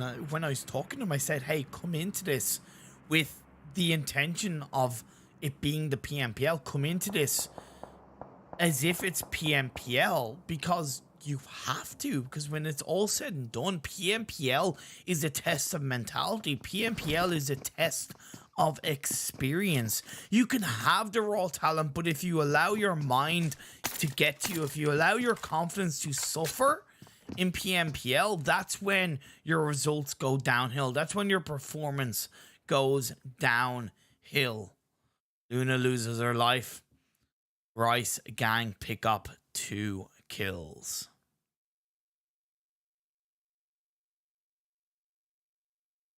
UMBRA are somewhat bridge keeping or gatekeeping GAMELORD, while ScrimFarm and Lakonostra MVP still yet to look for each other. It's kind of like, you know, 2 old ladies throwing handbags at each other. It's been for the first 9 minutes. Now ScrimFarm are going to push in. Hades is going to get suppressed. He finds 1 knock, but he gets knocked down in return, and Lakonostra MVP need to respond to that, because they put the hurt onto ScrimFarm a little bit. Elicio's going to wrap around on the side, while AWM did what he gets a couple of shots on the Danny. FPP mode ensues. Has to try and reload, but that's a 4. Time to go for a heal off, and Clown jumps around, gets knocked down. Spectre is left on his own, and it is going to be a Lakonostra MVP that come out on top. Finally, the fight breaks out, and we see a winner come through on Painan. And this game, it's Lakonostra MVP. It was frantic. It was wild. It was quick. The Lakonostra MVP kept their composure, and they will even survive as a full squad. But now as phase 3 is going to pop up, they've wasted pretty much 10 minutes of rotational time. That's going to put them under a little bit more pressure. UMBRA surrounding them. GAMELORD surrounding them. OPTIMUS ESPORTS surrounding them. Even QLASH, even though they're left with 2 players, surrounding them. That is the painful part. I know Painan is in the center of phase 3 and they can absolutely love that. But man, they need to stay on the edge of Painan, the very edge of Painan. Rees on a bike or a buggy is going to go closer to UMBRA. And on one hand, that's good, but you're going to have GAMELORD on the other side. So you're going to have to be aware of that one, my friends. RESQ, who got 2 kills on the clash earlier on, will continue on their spot in a 2-2 split.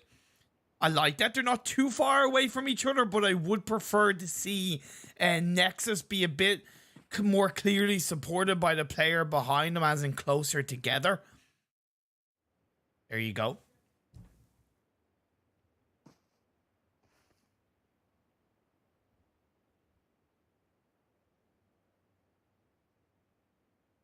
Swave. Waiting. Fido. Waiting. Is there noise? There you go. There is noise. I was like, is there actually volume in game? But nobody's taking any shots. Nexus gets caught out. And that's... I don't get why Nexus pushed down the hill like that. In the middle of the road. That was poor. A little bit of redemption. A bit of revenge onto RESQ going by Clash. As Trazen, the ever the opportunist, picks up a kill. Now enjoy to watch us take the chicken. Well, let's see, MVP Gaming, if that's going to be the case. You have a tough task ahead being stuck in Painan on phase 3. You're going to have to hope that the circles shift continually towards Painan so you don't have to move away until you can either pick up the kills to create the space. Shots being fired up. That's great teamwork. ProLord does prone down in time. And instantly Rees looks behind him across the mainland. That's great awareness by Rees. Right, you're not tunnel visioned on that one area. You're like, okay, I've taken shots, I've made noise. There's a chance that somebody could be behind me. Listen out for that.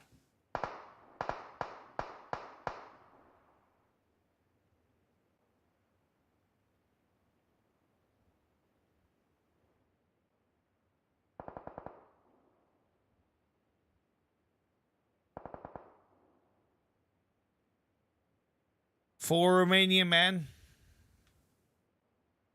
staying absolutely quiet. It's a bit unusual for them.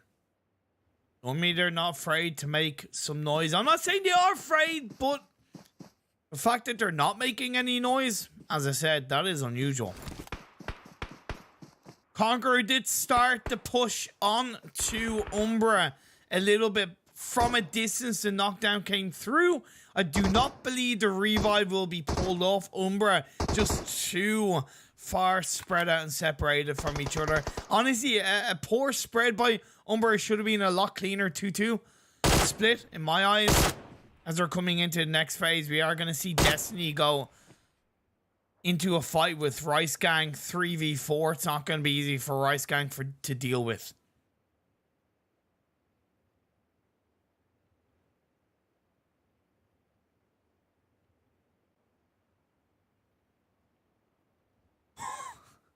My lord, like, you know, could Lakonostra MVP be gifted these circles anymore? That's 3 games in a row they've had the circle for the early and mid portion of the game. Like, literally every single game they haven't had to move away. Conqueror is going to send Azzy onto the edge of Painan. It makes sense. A great quick response from Conqueror. They have their wits about them. They have their bones about them. And now 4 Romanian Men who do have to move away. OPTIMUS ESPORTS are going to push them back on to the northeastern edge of the circle.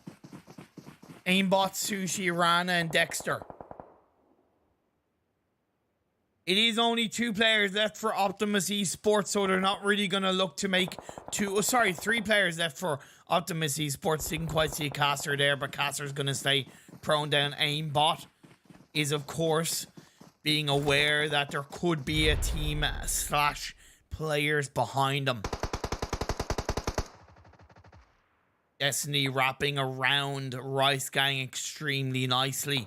Nightmare gonna have to deal with a lot of it. Reese kicks off to get a double knock onto Lakonostra MVP, and it's a great grenade by Whiskey to knock down Nightmare. That was the wrapping around that we love to see. And now Conqueror looking to clean up Lakonostra MVP. Hades is low in health. Elisio's nowhere to run, nowhere to hide. Lovely shots by Elisio with the Uzi to find Reese once again.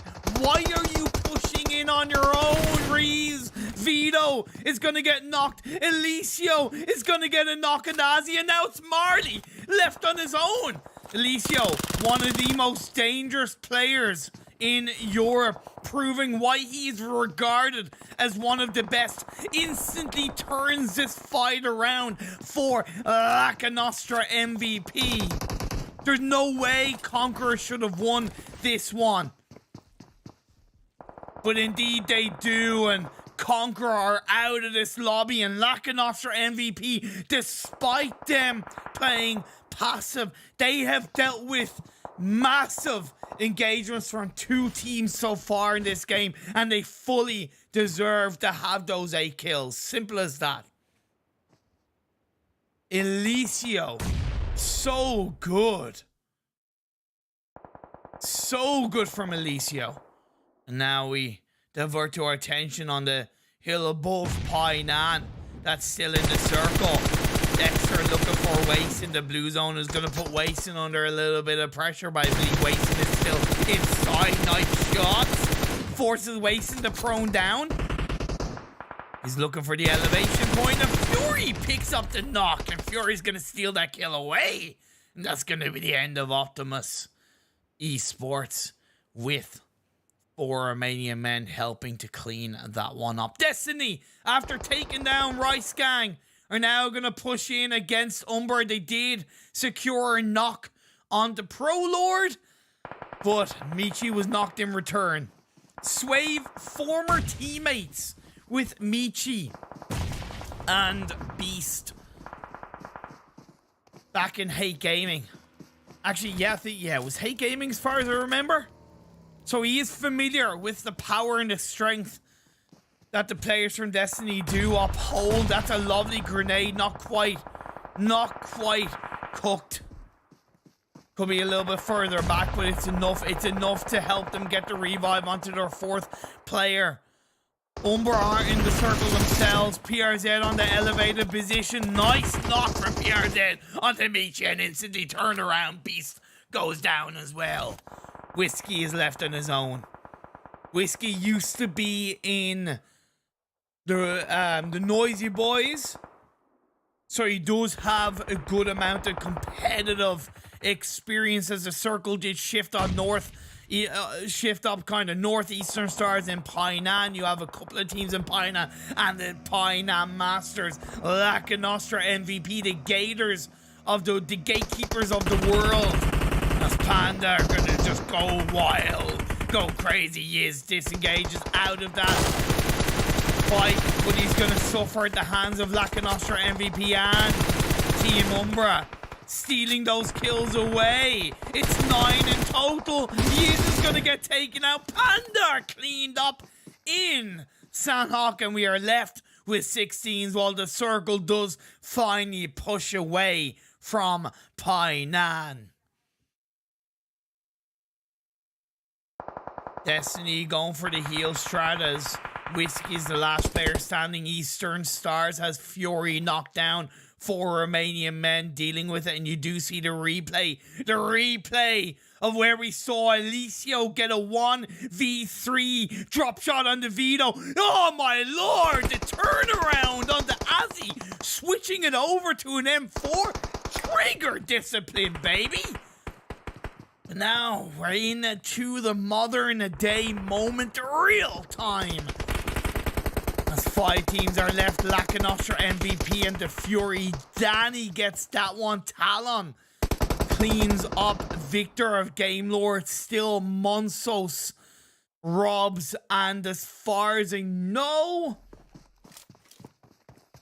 Akashi left for GAMELORD. Over the bridge for Romanian Men. Gonna have to go. Sushi leading the way. She's gonna be able to spot Robs, but misses the B. Misses the B. Turns around. Luckily, Robs is not in a position to take those shots. He prones down himself. 4 teams left. Lakonostra MVP for Romanian Men, Team UMBRA, and GAMELORD. Robs turns up. Akashi finds Dexter. Takes out Dexter with the help. That's going to be a squad wipe onto the side of 4 Romanian Men. 3 teams left. UMBRA, Lakonostra MVP, and GAMELORD. The circle shits away up onto the hills where UMBRA are encapsulated in the building. It's only 2 players left, but can they win out Sanhok?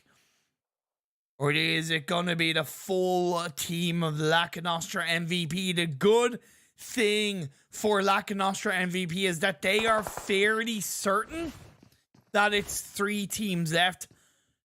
I don't know if they know if it's 4v2v2. Danny, that was a terrible smoke. We won't talk about it.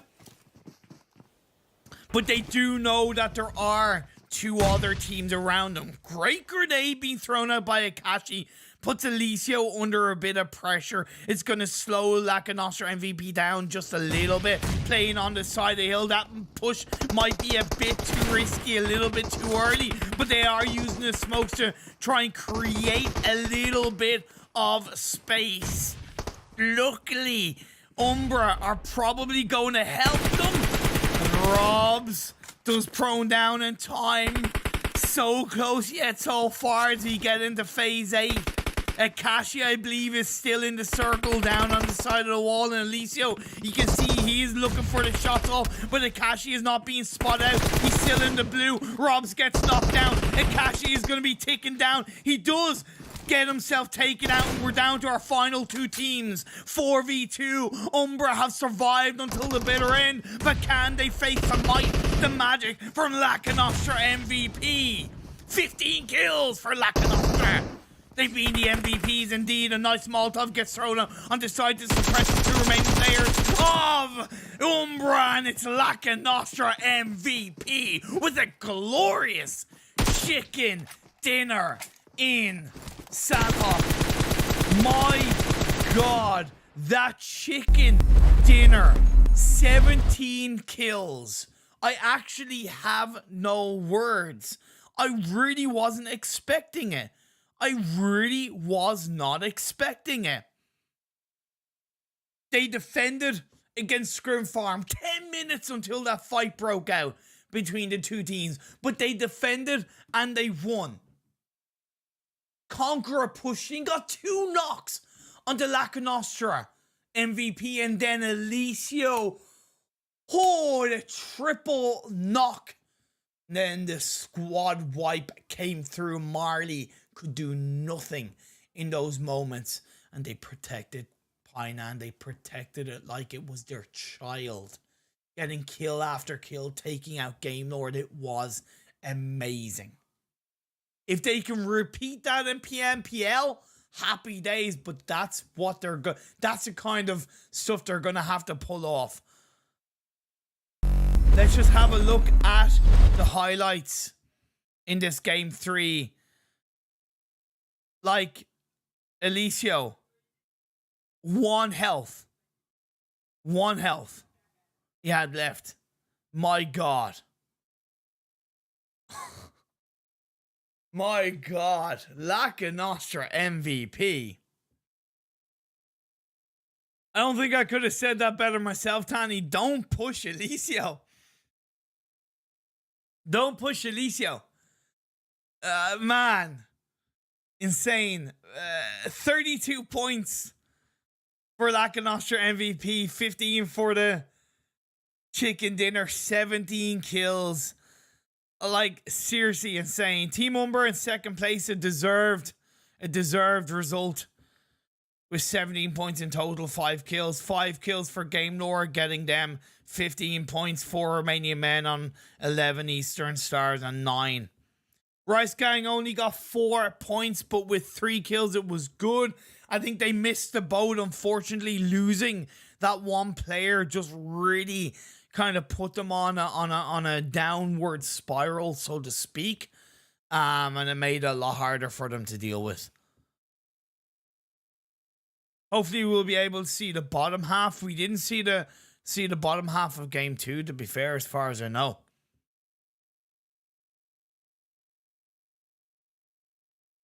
Absolutely insane. Of course, if you are enjoying the stream, feel free to share it. Feel free to like. You can see the match stats. 3 of 3.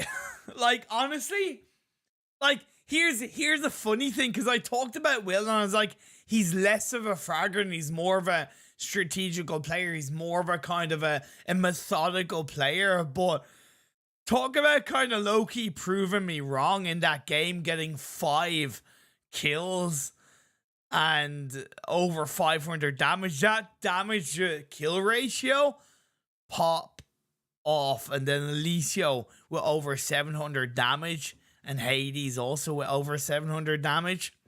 Again, credit to Team UMBRA. Talon picking up over 600 damage. Can't go wrong with that. Talon is a very underrated player. He's genuinely a very underrated player. Set the timer. Then we'll also probably have a look at the overall standings as well. It is unfortunately only showing the top 8. So I don't really see anything past that. But you can see that Lakonostra MVP is in first place after 3 games. Have they actually played all 3 games? Yeah, they have. They've played all 3 games with that beautiful chicken dinner. It puts them on 57 points. Conquer is still in second, yet to get a chicken dinner, but 39 points is nothing to complain about. It's still over 13 points. It's 13 points per game as an average, and that's a pretty solid average. 4 Romanian Men hold on to third. Rice Gang have not played 3 games. They've only played 2 games. And they're in 4th with 30 points. GAMELORD in 5th with 28. Team UMBRA in 6th with 26. Destiny in 7th with 26. And finishing off the top 8, it's going to be Gaijin Seraphim with 18 points in total. So good. So good. So on that note, I am going to go for a break.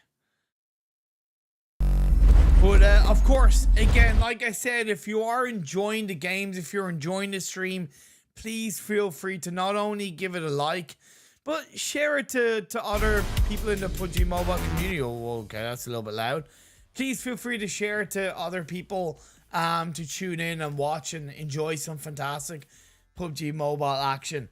I'm going to go for a break, but we're going to be back for game 4 of the day. The first Erangel of the PMPL EUS scrims. Don't go away. See you guys soon.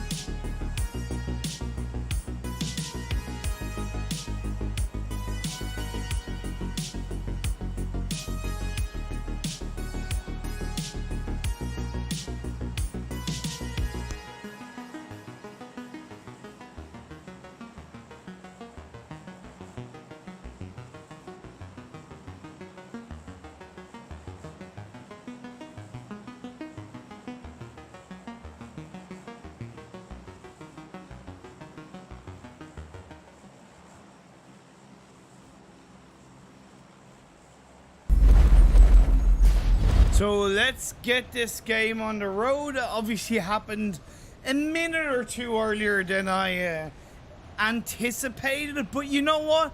It means we're getting right into the game. You don't have to see my ugly face. You can just go straight into the action. That playing path was obviously a little bit troublesome, where it's going to force these teams who like to land on the east to have to go a little bit further. The phase 1 circle is insanely up north. GAMELORD and Lakonostra MVP both dropping in Yasnaya Polyana. We do have, of course, no Group B on this game number 4. So there's no UMBRA, Destiny, Panda, and Gaijin Seraphim, but we do welcome back Group C, should I say.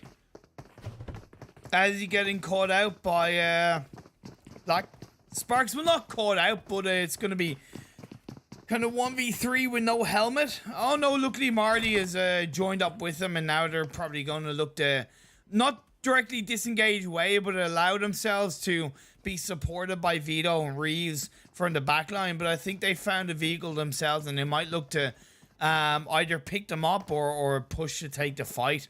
Because all 4 members of Black Sparks, Marley gets caught out by Hamo. Yet to get confirmed, that's still pretty good. Hamo will probably confirm that kill, yeah, and is going to punch Marty. That's BM, and I love it. That is BM, and I love it.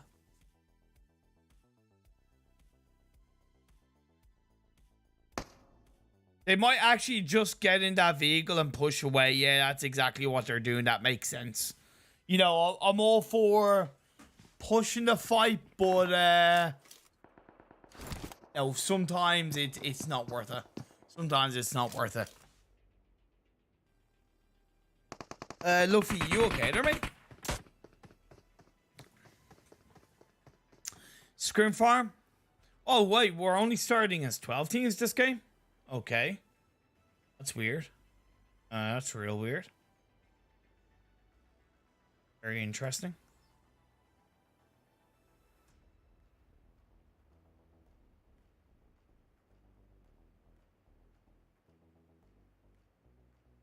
Rice Gang dropped to Military Island for this game. I did advise them to drop in Milta, but I get with that far western plane path. I even advised them to go to North George, but they opted against it. And you know what? You're going to pay the price, because now they have a really far distance to go and to get into the circle. Feels bad, man. Feels bad. Don't want to say I told you so, but told you so.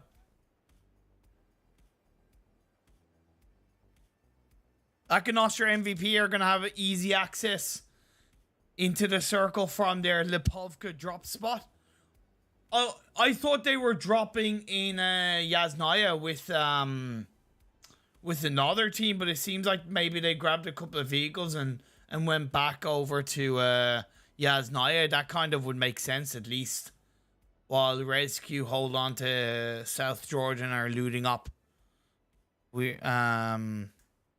What do you mean it isn't weird? It's just Europe. Okay. Don't know what you mean by that, Unique, but okay.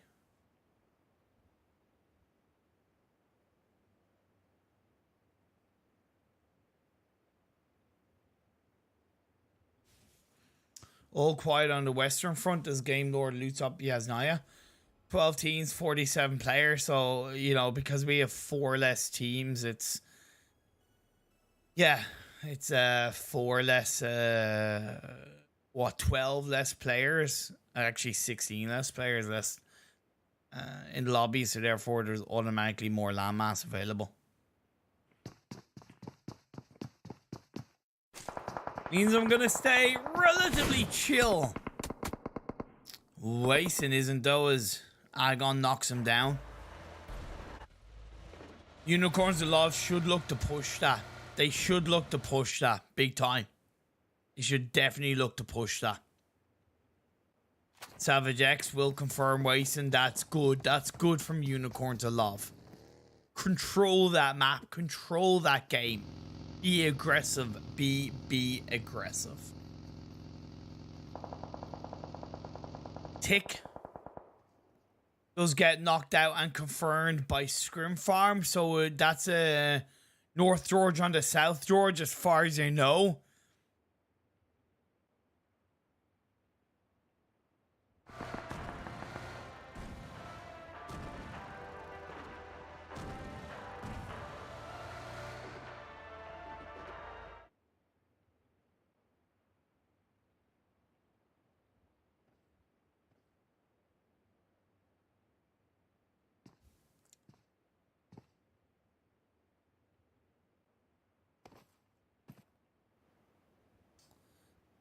Now, 4 Romanian men heading up north. They're already inside the circle.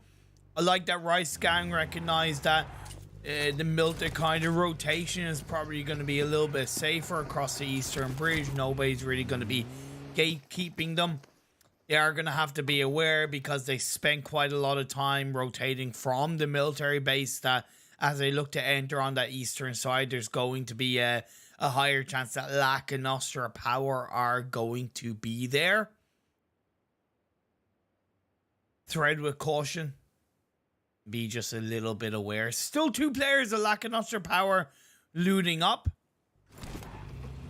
Actually, I say Lakonostra power, but it's Lakonostra MVP. Lakonostra MVP is such a long name to say. I think I'd just like to say Lakonostra, to be fair. Sorry, MVP, but yeah. It is ridiculous unique. They're given a platform to not only play professionally observed games, but then also to play against their fellow PMPL teams, you know, and learn and hopefully get a little bit more information. However, I can argue that because there's no, as far as I know, there's no prize money involved on these scrims, that they could be playing in tournaments that involve prize money, and that's always going to be a driving factor in the world of PUBG Mobile. Money speaks volumes, so to speak. Money speaks volumes. Money makes the world go round. We're getting to the end of phase 1. I can't help but just play this, the cast of this game in the early part. Relatively quiet. There's nothing to hype up. There's nothing to really speak about too much. As Rice Gang going for kind of the rotation that, again, I talked to them about. I don't know exactly where phase 2 went. But let's see where they're going towards.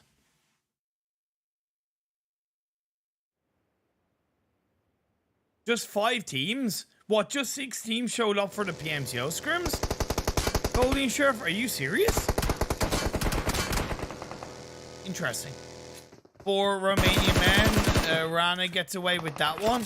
I don't know if the rest of 4 Romanian Men will, but they do take a couple of shots on the Robs. It's going to be a 2-2 split. Actually, no, it's a 2-1-1 split either side of the bridge between the north of the river and south of the river. Coyote of RESQ is knocked down in the kill feed, as you can see. Still no idea where the phase 2 went, to be fair. Observing team, interesting. What do you mean PMCO 5, PMPL 6? I'm a little bit confused by that. Kingman.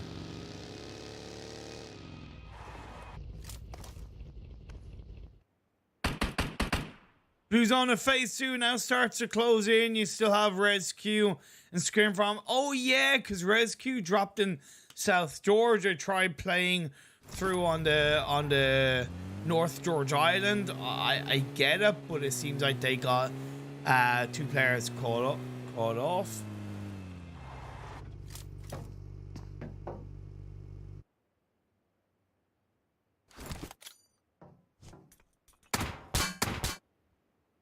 Yeah, Carmel. Sorry, but go fuck yourself. Oh, 6 players in roster? Oh, okay. Okay. Yeah.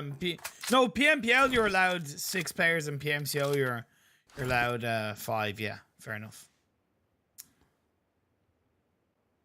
Didn't mean to be rude, but that's just deserved. Don't come into my chat and state that you have proof of a player cheating. Like, I don't care who it is.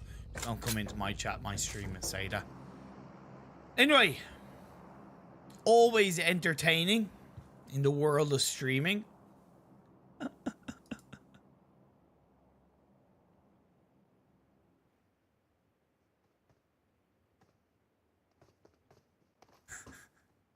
Sometimes you just have to be harsh. Now Conqueror are encroaching onto the space where 4 Romanian men were, and 4 Romanian men disengaged away. So GameLord, you know, are being somewhat the bridge trolls between the north and south of the river. First it was 4 Romanian men, now it's Conqueror. Next circle is about to pop up. Rice did rotate towards the stall bar region. Makes sense on the rotations because it still gives you good access points to the south river should it be a hard shift. Oh, that's a tricky shift. It is still predominantly on the north of the river, but what that entails now is that allows for RESQ to be a lot more viable. If they do choose to go to RESQ on this phase 3, make sure that it's the northern edge of RESQ. Make sure that is the very northern edge of RESQ. Naya PUBG, are you absolutely serious? Thank you so much for the super chat, my friend. There is absolutely no need for that, but thank you so much, my friend. It means a lot. Thank you. Much love to you. Next is on the Lakonostra MVP along with QLASH. Caught off guard, my friend, as QLASH drives in. Clean up the kills, and then Rice Gang gonna be quite aggressive. I like that. Nexus drops down. Elicio with 1. Elicio with 2. But that is gonna be a Lakonostra MVP wiped out. And luckily the body of power comes through, and with a cheeky little help of a third party, that's going to be a Lakonostra MVP going down. There's a delay on the clean feed side, but there's no delay on my side, Sharif. There's a 15-minute delay on the clean feed side, but there's no delay on my side. So I'm able to interact with you guys a little bit. And yeah, there's still the delay. Unicorns Love opted to not quite go into RESQ. They stayed on the northern side of the river, but it's that fantastic high ground position. While Rice Gang off the back of clearing out Lakonostra MVP are putting QLASH under pressure and popping the tires of the vehicles, stopping them from having to move away. Luckily, QLASH do still have themselves up as a full squad. Beg for mercy. What's with the €5.49 super chat? You absolute goddamn beautiful man. So much love and support for you. Beg for mercy. Give love to Beg for Mercy in chat, guys. An absolutely wonderful player and a wonderful person. Thank you so much, dude. Seriously.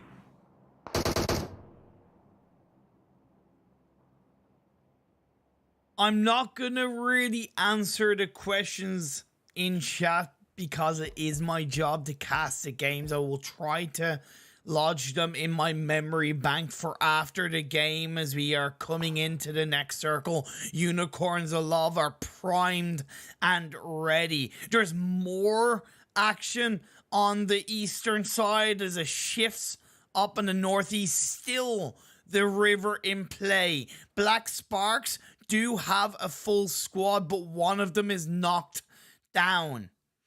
it is optimal for GameLord to commit to one side of the river as either a 3 or 4-man squad. They have kind of done that already, to be fair. But I don't like Victor and Rob's position. I think it's a little bit too up on the mainland. Clash are at least going to be able to somewhat gate keep Rice Gang, but Rice Gang are going to play on the coastline, sending one player forward. That's why I think it's a little bit risky that GameLord didn't have all players covering the coastline, because Akashi isn't really going to be supported too much. But luckily, Monsons across the way is able to get a knock on the Rice Gang. Nexus back forward on the back line, going to look to possibly push back and suppress GameLord a little bit, but that's a lovely grenade being fired at. Carno is on low health. Robs gets the knockdown onto Carno, and it's just Cakes that's staying hunkering down. But Nexus pushes forward on the same spot as the rest of the team. Really? You're lucky that GameLord do not have more nades that they're able to play with. Cakes gets knocked by Monsos. That was not a good idea, Nexus. You don't go in the same place where two of your players has been knocked down, and as a team they're under pressure. Nightmare is going to get knocked down as well. They're suffering casualty after casualty. They have gotten themselves into a pinch, and there's absolutely no way they can survive this. It's going to be a matter of when, not if. ScrimFarm pushes in on the Clash though, and knock on the MZ, AWM to Tatty. Trazen, last player alive. He cooked up a grenade. That could be a good one. That could be a good one. Lovely pre-grenade. It is not quite going to get a knock. He's going to look for another one. Switches over to the gun. He's going to get one knock, but he is going to go down at the hands of Clown. Bunk the Clown gets the job done on the Clash. And Rice are still surviving as the duo, once the revive is pulled off on the Carno. 4 Romanian Men doing a great job on a 2-2 split. Unicorns of Love are more on the western edge of the circle because of that shift to the east. The garage is occupied by Conqueror, but they lost Marley, so they only have 3 players up. Dealing with Black Sparks on their 2-2 spread is going to be quite difficult, especially because Black Sparks are able to play on the lower dip by the side of the road, just by the fields. Eastern Stars and Unicorns of Love are bound to clash sooner rather than later, while GameLord gets a knock on the Black Sparks Luffy. That's good for Conqueror. That slows down Black Sparks a little bit.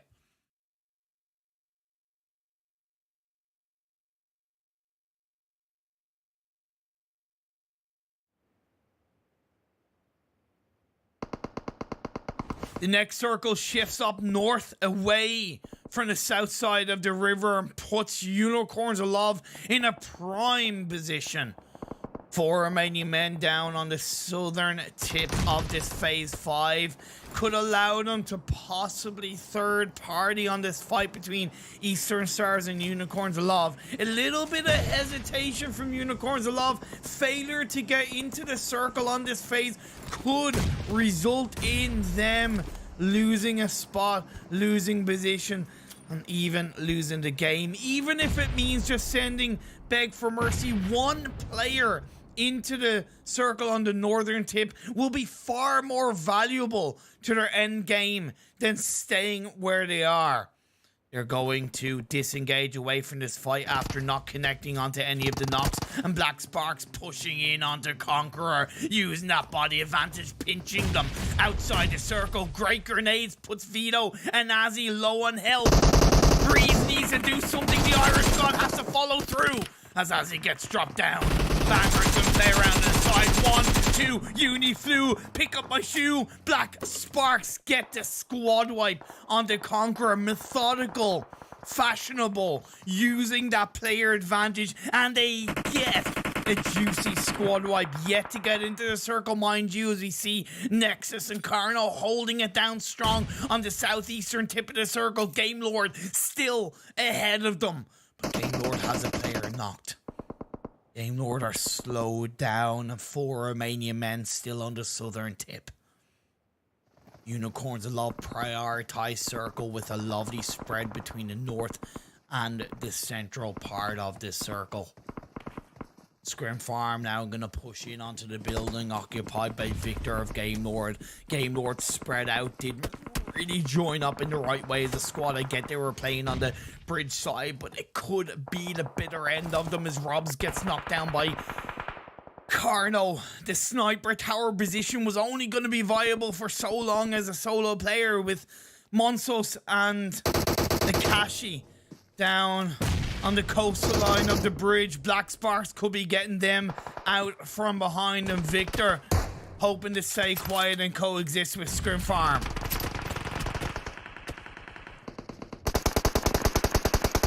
Big for Mercy on the banger. It's a good start. It's a good start for Unicorns. A lot of the circle goes down south into the loving arms of 4 Romanian men, while Monsos does what he can to keep the dream alive. Gets a knock onto Rice Gang, while Black Sparks plays on. Rob gets dropped to his knees and confirmed up. Victor has nowhere to run, nowhere to hide, and ScrimFarm AWN did as he takes that one. Now Unicorns alive. That's a bit risky. Beg for Mercy gone a bit far forward, and he gets knocked down. Sushi finds that one. Fresh has to prone down. I get the push into the center of the circle, but wait a couple of seconds. Beg for Mercy, don't be so hesitant. Don't be so, balls to the wall, and Agon is going to get knocked down from behind. It's a third party. Unicorns alive. It was looking good, but now it's not. We could see Black Sparks play on the low ground side on the eastern edge of this circle. I don't know if it's quite on the lower dip of the ridge by the bridge, but if it is, it could be a certain setup for a stolen chicken dinner.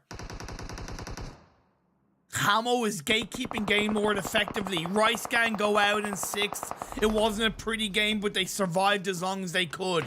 Monsos left on his own for GameLord. The blue zone is ticking in. He's going to be heard. He has 1 first aid. Hamo is waiting. He picks up another 2. He's not even stemmed up. He's going to pull off a energy drink, but I don't think that's going to be enough, because look at his health ticking down. He most likely is going to go down to the blue zone. No, he picks off a first aid in time. We now switch on over to Unicorns Love going up against ScrimFarm. Great grenades being fired off, puts Savage X down to half health just in time to pick off a first aid. The Savage X has to stay alive. He's the front line for his team in the fight against ScrimFarm. ScrimFarm using that position effectively, and Sava with a beautiful nade knocks down Savage X, followed by Fresh at the hands of 4 Romanian men, and now Agon is left on his own. Unicorns of Love, what was that game? No fight, no bark, no bite, flat as a pancake. You allowed other teams around you to steamroll you in the end. And we're left with our final 3 teams. Black Sparks, 4 Romanian men, and ScrimFarm. I did talk about Black Sparks' position on the eastern edge of the circle. It's once again not in the circle, but they are going to be possibly able to third party this fight between 4 Romanian men and ScrimFarm. The circle goes in the favor of ScrimFarm, but they're getting picked off one by one on the high ground hills. 4 Romanian men still 3 players strong. Rana, Aimbot, and Sushi. They're not in the circle. They're on the tip. They're on the tip, and Hamo is hovering that tip with an M16. Tapping that tip with his gun. Luffy finds Sava with a lovely knockdown off the back of the vehicle blown up. Actually, I think that was more of a confirmation on Sam 4. Beautiful AKM shots on the aimbot. That does give Black Sparks just a little bit more space to push in. But Luffy, no smokes, nothing. Hamo, no smokes, nothing. That leaves Black Sparks with just one left alive. Maybe he's hoping that 4 Romanian Men ScrimFarm kind of low-key think that he's still in the water, that he's not going to dip his head up out of the blue. But he's still making some noise, and he gets caught out. ScrimFarm Clown with the final blow. We are left with two teams, 4 players, 2v2 between Sushi, Grana, Spectre, and Clown. Nice shot. ScrimFarm get the kills, ScrimFarm get the wipe, and ScrimFarm claim this chicken dinner in game number 4 of the day. My lord. Clown with 9 kills alone. Absolutely popping in that game. ScrimFarm with the chicken dinner. They fought GameLord. They fought Clash. They squad wiped Clash. They took down GameLord one by one. They then pushed across the road and they just ran over the flat pancakes that were Unicorns of Love in that game. And then they finished the job between Black Sparks and 4 Romanian Men. It was a great game by Black Sparks. They were so resilient across these circle shifts. They were just so on point between putting pressure and staying alive and staying surviving. 4 Romanian Men, to be fair to them, also had a pretty successful game. Those circle shifts were definitely painful. Massively painful.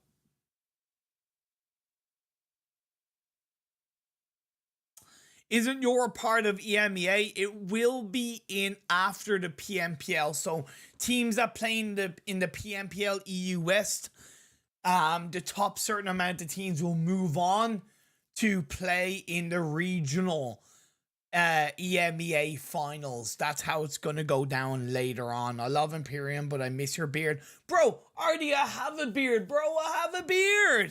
As we look at the highlights, let's switch it over of that 4th game. It was good between RESQ and Clash to get the better of Lakonostra MVP. A terrible rotation by RESQ, an absolutely terrible rotation by RESQ. Nexus should have stayed in the back line, would have been able to have done so much more in my opinion, but he joined up with his team, and to be fair, they survived for as long as possible, but in the end they got taken out. It was a great engagement onto Conqueror by Black Spark, to be fair. Then we saw towards the end, RESQ got taken out. Monsos then was left on his own for GameLord. He ended up getting taken out. Unicorns of Love tried to survive against ScrimFarm, but here's the thing, it was more about surviving. There was no real direction. There was no real, we're going to take this fight. They let teams go to them, and they paid the price.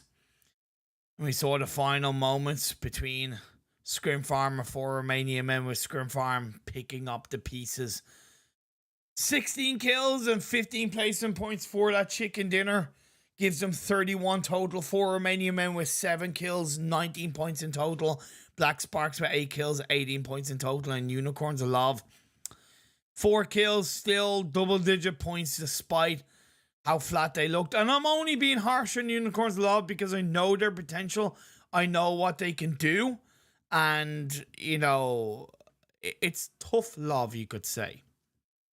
RESQ surviving, picking up 8 points. Same with GameLord, Eastern Stars. I don't know what happened to them. They were on the Western side. I think it was 4 Romanian Men that ended up overall taking them out. And with a little bit of help of Unicorns of Love, trafficking them towards 4 Romanian Men. We are going to see then the overall leaderboard, the top 8 at least of the overall leaderboard. Bingo. Actually, sorry, the kill stats first. Clown, as you saw, with 9 kills himself. AWN Ditati, I've never been sure if it was AWM Ditwati or Ditati, but either way, he got 4 kills himself, and then Luffy and Sam 4 from Black Sparks 3-2 respectfully, and then the 3 players of 4 Romanian Men 2, 4, 6, 2 apiece between Rana and Sushi and Aimbot. I love the 4 Romanian Men logo on a side note. It's really nice. It's so clean, simple, yet still detailed. Just a random thought for you there. Match stats, Clown with over 1,100 damage. I believe that's the highest individual player damage we've had so far in today's first 4 games. I think Clown topped the damage dealt by Vito. I think he got 1,097, and then Clown got nearly 100 more to end up on nearly 1,200 damage. Monsos of Gamelord with 805. A well-deserved amount of damage as well to keep Gamelord in the game until I think like the top 4. Then AWM Ditati with over 700 damage. Man, like what a game 4. Those circles just were harsh. They were definitely harsh. We then should move over to the overall standings.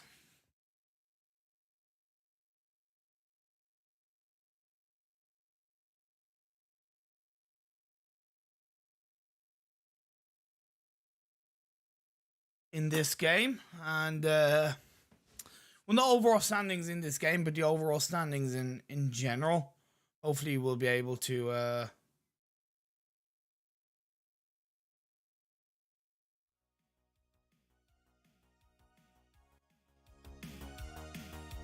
I don't know why it's not showing the overall standings. Please, could you switch to the overall standings? No? No? No? Okay, so I don't get to know the overall standings, and you don't get to know the overall standings. The stream's still going because the graphics are still moving. That's a little bit weird, but okay. You know what? Let's set a timer for about 7 minutes, and then we'll come back for game number 5. It's the final game of the day here in the PMPL EU West Scrims. We're going to be coming up with that final game in Erangel. It's going to be groups B, C, D, and E. Don't go away. A lot more PUBG, well, not a lot more, but more PUBG Mobile action coming right up.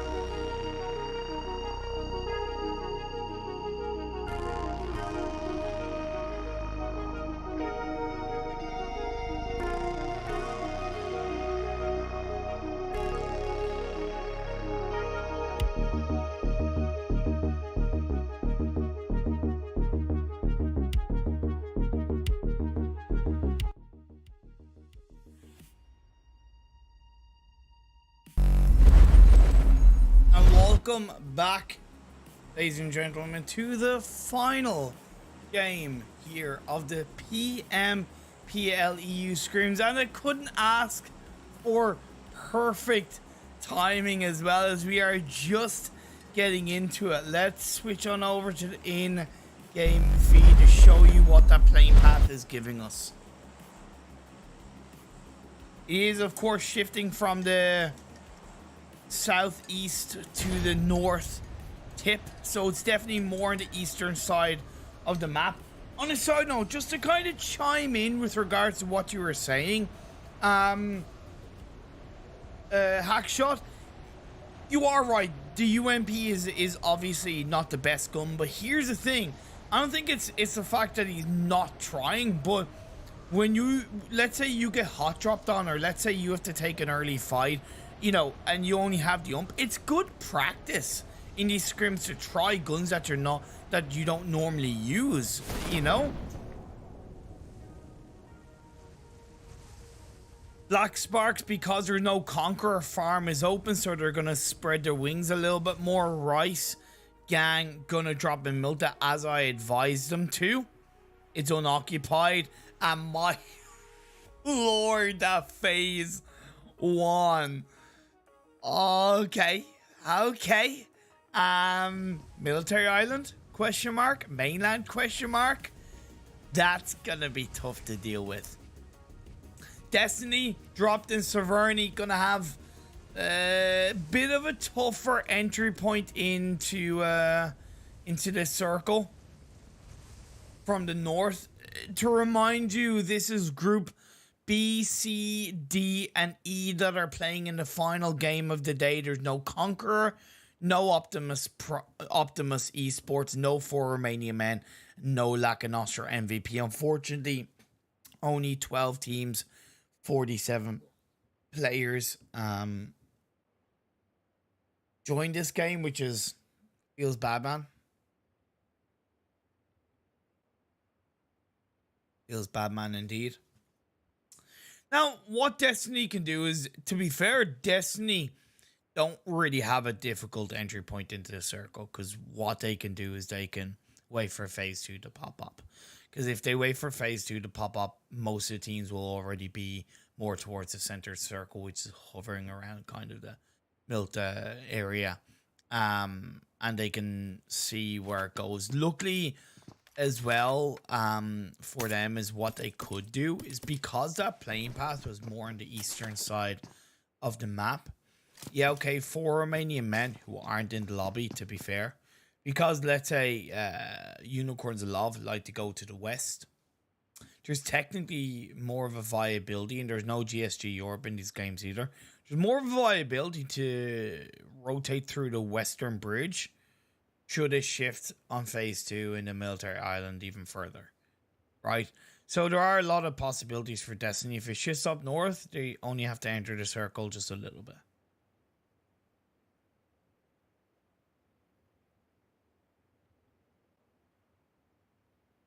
RESQ of South George, all to themselves.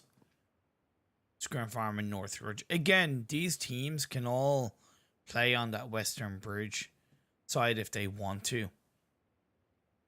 Phase 1 blue zone damage, we all know it's little to nothing. Right. So there's still a lot of viability. What is important for Rice Gang is that they don't, yeah, which they didn't stay in Milta. They did kind of shift away. I would prefer they have kind of 1 player minimum in the compound across the road, because they want to hold down kind of 2 sets of buildings in my eyes to create a bit more of a spread. But either way, I do like that disengagement from Rice Gang. Very healthy. A lot of teams that drop in Milta, and that circle is basically puts Milta in the center. They won't move from Milta until like phase 2, and Rice Gang recognize that being stuck in Milta is not a good idea. Clash do indeed normally go on a prison shelter 2-2 split. No different on this final game of the day. They didn't have a good game 4 in Erangel, to be fair. That's the way it goes. Sometimes you have a good game, sometimes you have a bad game.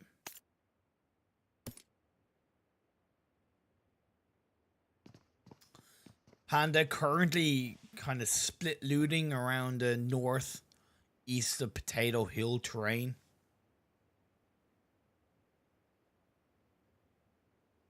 While the blue zone is starting to climb through.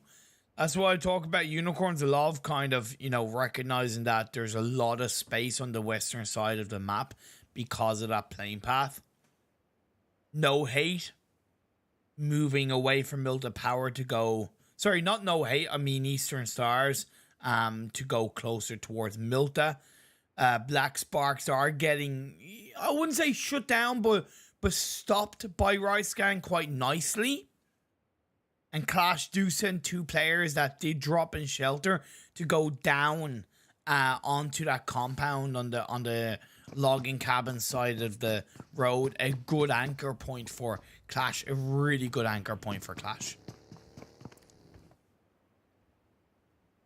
I don't like that individual spread by RESQ, to be honest. There's no real back support. There's no real response rate that RESQ are going to be able to provide on each other. They do here. Takes gets dropped. That's luckily Nightmare did respond very quickly to get a counter knocker that's healthy, but still, like, Nexus, what are you doing there? You can't be there. You have to swing across the road. Nice shots by Carno. Disengage down. Good stuff. Finds the knock. Very healthy from Carno. A mistake made by Luffy as well. Flanking around. Carno's going to go into elevated position. Don't overextend. Good. Confirms a kill on Luffy. Gives RESQ the body advantage, which makes it even more important for Nexus to swing across the road and join up with his teammates.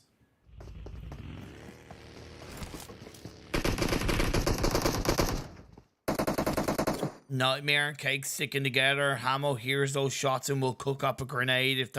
Let's see if that can dislodge any of the RESQ players. Not quite. No damage being dealt, but it could push them back a little bit and give Black Sparks a little bit more space. All the while, teams are pushing in towards the center circle, right? Rotations are happening, and we are getting closer to phase 2 showing up. So RESQ and Black Sparks both respectfully do need to be aware of a potential third party from Eastern Stars, maybe Clash, maybe Panda, swarming the area like flies to a light in the center part of this phase 1 because it is so close to that eastern bridge, right? Like that from Unicorn's Love. RESQ are opting go for that kind of mainland rotation rather than taking advantage of that western side. I will, of course, go, hey, that makes sense, but dealing with the traffic and congestion around that area is going to be a little bit harder to deal with because they came from the west. They can at least turn around and possibly go in that direction. I don't like UMBRA's rotation from Lipovka to Milta Power. I think that's very, not necessarily isolated, but it's a bit risky. Their circle shifts heavily up north. Unicorns Love are probably going to turn around, go back over onto the mainland and go for a hard rotational shift onto the coastal side of the mainland, and they could catch out Panda really nicely from there. Nexus with the Car 98. Let's see if he can get a pat the headshot bolt onto any of the opponents around him. And GAMELORD suffering a kill at the hands of Panda. Why didn't I cast PL weekly finals? Because there's PMPL. And there's a lot of PMPLs going on, and I need to focus on watching PMPLs before PEL, unfortunately. Sorry about that, because I know Nova popped off, but I do have to focus my attention on what is a little bit more locally important to me. I'm still keeping an eye on PL though. Don't worry, I'm still keeping an eye.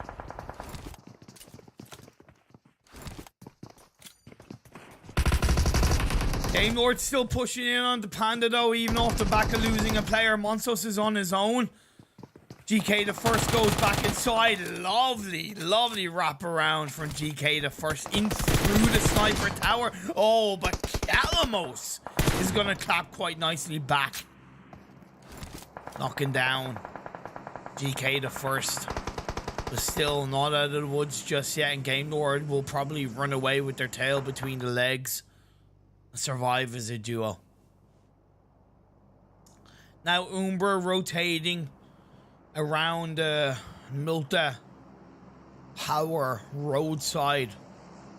The massive Login Cabin Hills is stopping them from really getting any kind of information on the north and central side of this phase 2. So however it shifts, it's going to be harder for them to deal with. Unicorns Love did stick to that military island rotation, actually, and they've come across the eastern bridge. That could catch out Rice Gang.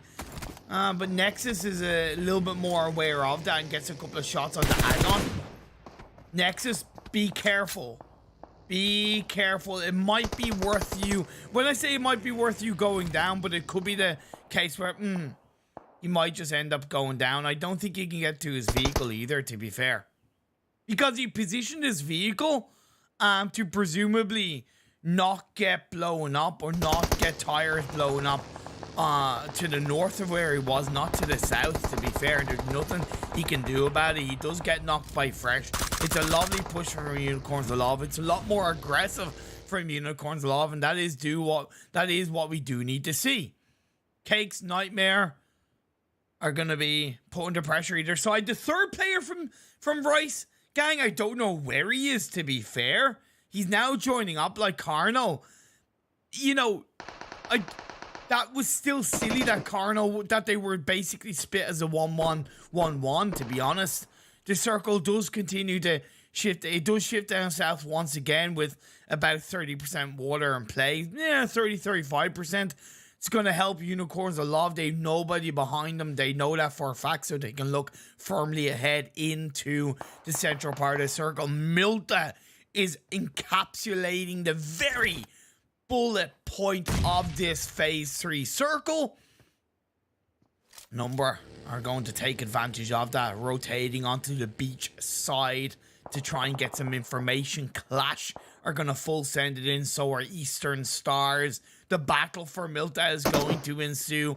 Black Star Sparks as well. This is going to get wild and crazy in Milta.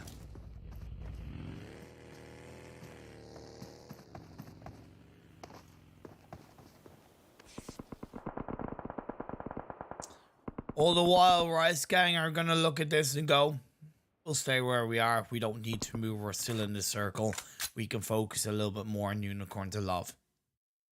Like we saw UMBRA taking advantage of their previous position to go onto the edge, eastern edge of Milta.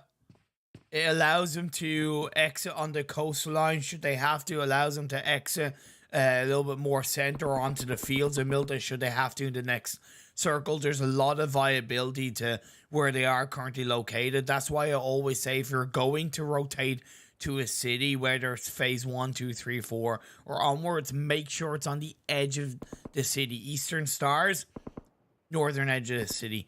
Black Sparks, western edge of the city. It seems like Clash did stop on hills above Milta, which definitely isn't a bad way to be. They also have a lot of viability.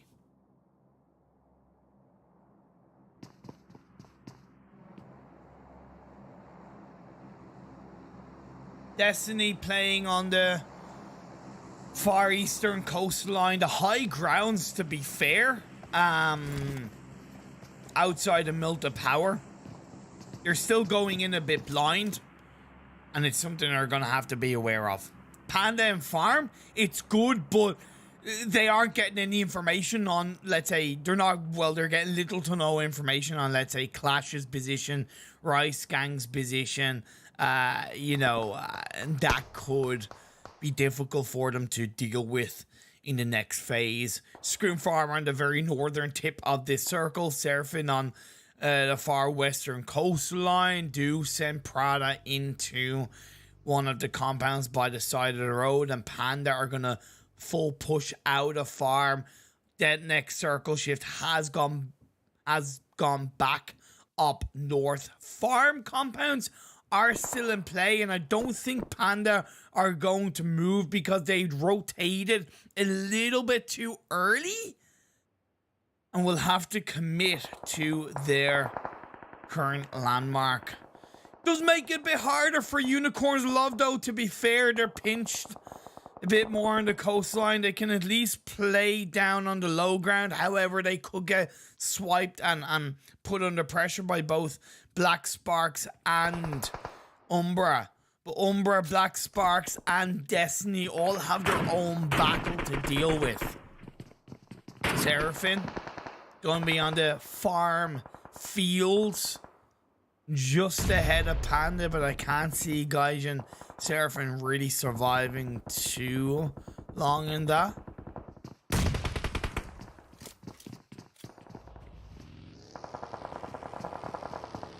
Black Sparks, Destiny, UMBRA all in one area. Eastern Stars on the Calamos of GameLord on the north side of Milton. That fight is going to start off, and it does seem like Eastern Stars are getting the better GameLord. Is that GameLord wiped out of the board? I believe that's the case.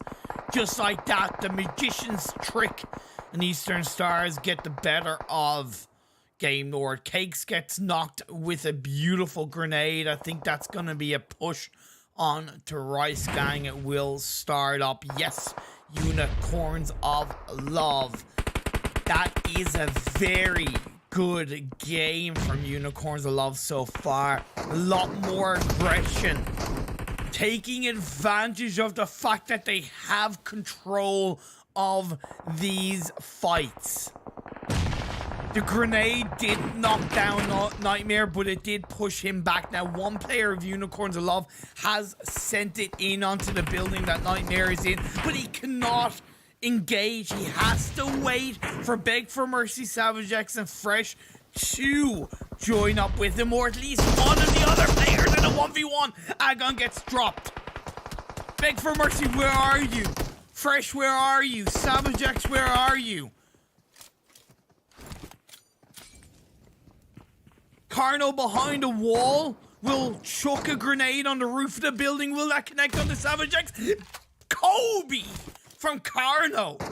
The 3.5 pointer from Carno helps to save the day for Rice Gang so far. What looked good for Unicorns of Love has slowly fallen apart. Beg for Mercy takes a bit of damage down to half health. Fresh did throw, I believe, 3 or 4 smokes across the road to try and allow Agon to go across the way and survive. Because Rice Gang are down to 2 players, I understand why they can't push it. All they're trying to do is to keep Unicorns of Love suppressed. Agon got confirmed up. At least a revive came out onto Savage X, and Unicorns of Love are going to have to try again.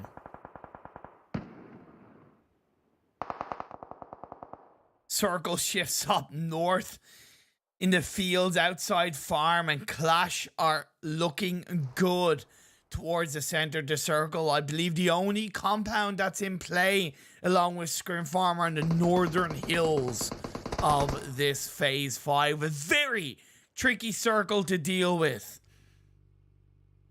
Destiny could go across a very, very, very tiny edge of the building that I think Beast is in, is just in the circle. It might be a small anchor point that they can work with.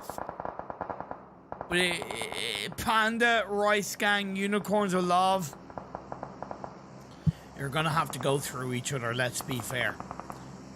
Panda, they can gatekeep Rice Gang. Unicorns of Love allow them to take each other out, and they can third party. We'll have to wait and see as Eastern Star.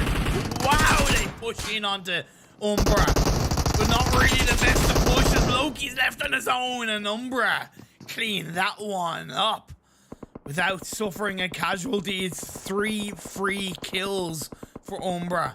outside the circle. Black Sparks Banger gets knocked down.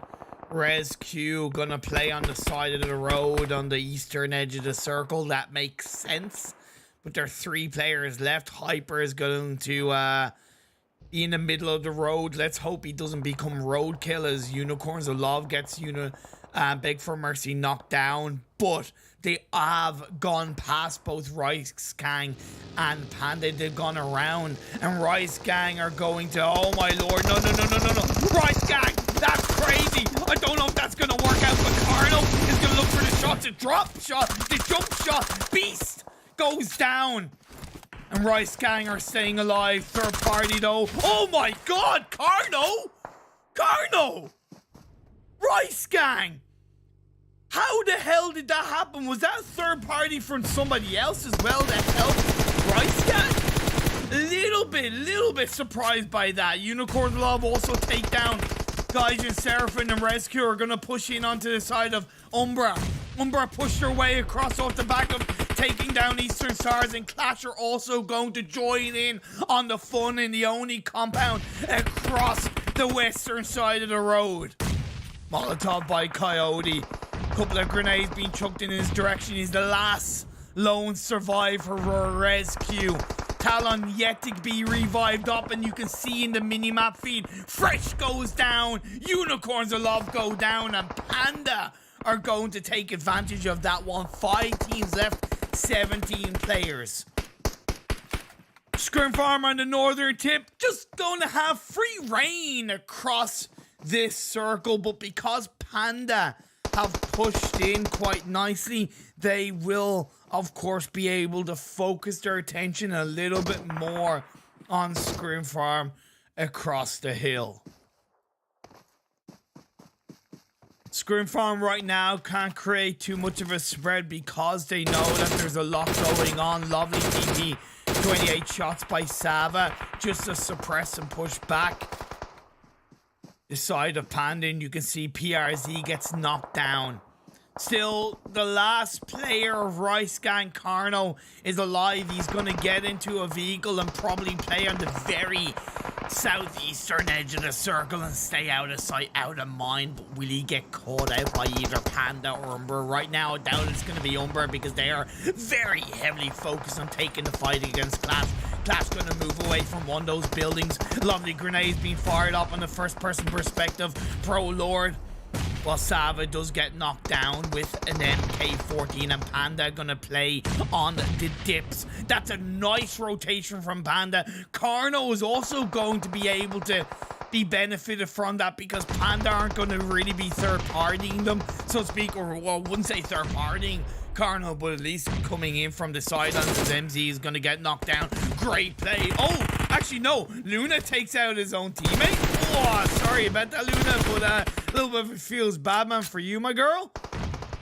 Hopefully the revive will come out in time, but with UMBRA and Panda putting under pressure, I doubt that's going to be the case. Trazen gets dropped to the floor. Spicy's going to have to deal with that, but that's a beautiful knock. Beautiful knock. Unfortunately, he's going to go down himself. However, QLASH are giving them a little bit of a space, and that's going to be the shots being fired on through by Luna.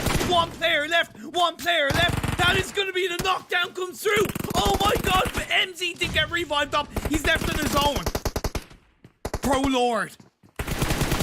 The last hope. Panda coming in from the bottom of the hill to third party. However, ScrimFarm have picked it up. ScrimFarm hears all the shots and they're going to go, oh, we can third party this. Revive on the Swave, the squad wiper Pro Lord, making noise, wasting no time. QLASH are out of here. Boku do baguette for UMBRA on the QLASH, and we're left with our final 3 teams. Panda are down. We have ScrimFarm, UMBRA, and the last player of Rice Gang. Carno, gonna be part of the rice fields of farm. He is not being drawn upon attention-wise at all. For all ScrimFarm know, there's still 3 players of UMBRA left. That's what I would think. That's what I would imagine. That's what I would presume. But you know what they say, presumption is the mother of all fuck-ups. Nice knock on to Pro Lord by Clown. He's already on 2 kills, 5 in total for Panda. Switches over to the UMP, chucks a Molotov, and that's gonna be UMBRA wiped out. 1v4. As Carno is left on his own, he hasn't been spotted just yet. Yes, he has. Yes, he has. Behind a hay bale. It's a massive hay bale he can play with. Oh, he has 1 first aid. He's going to have to pull that. But Spectre, you can see he's flanking around on one side with Sava and AWN Ditati on the other side. A little bit of a crate drop that Spectre can use to his advantage. It should be that kind of joint push that comes out. But Spectre is nearly going to get caught out. But Spectre is a little bit more aware of that one. And Spectre finds a final kill with the pre-shots. And that is going to be the chicken dinner winner for ScrimFarm with 7 kills. Rice Gang, Carno, the only kills for his side, 3 in total. And he got his team into second. So good from Carno. There's so much going on the side of the road, on the eastern side of those final circles between RESQ, between ScrimFarm, Panda, and QLASH. Yeah, QLASH, RESQ, Panda, and UMBRA. That, yeah, it did leave more space for Rice Gang to or Carno to survive and get his team into second place. And sometimes that's all it takes, right? Sometimes, you know, you are given that little bit of a gift and you play with that, right? You know, going back to the PMWL West when, you know, TSM Entity were down to 2 players and the circles were initially in Yasnaya, and they did kind of stay in Yasnaya, but the fields were in play, and because all the teams had committed to Yasnaya, and that allowed the last 2 players of TSM Entity and actually, sorry, it was just Jonathan left on his own, but allowed Jonathan to play in the fields of Yasnaya, and he ended up getting the chicken dinner. It wasn't the exact same here, but in principle, it was the same, you know, and that is definitely nothing to be sniffed at. Looking at the highlights, of course, of that game, it was a good start by Unicorns of Love, but unfortunately a bit of a poor execution overall for them. And then we saw Carno sealing the deal onto Destiny, and you know, Carno was left at 1 health, and Whiskey just walked into those shots. Absolutely walked into them. ScrimFarm are looking good. You know, it's an evolved roster from what we've seen in the past, but credit where it's due. They look good in the past, and they're looking good now. Clown specifically seems to have really come into his own over the last couple of months. You can see that the kills were overall massively spread out.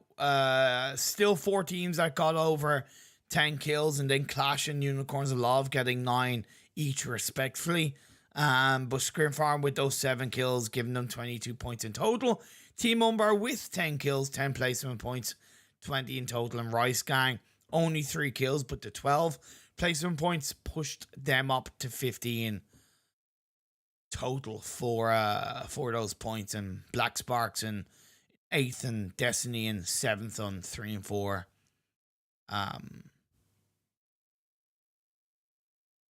Points.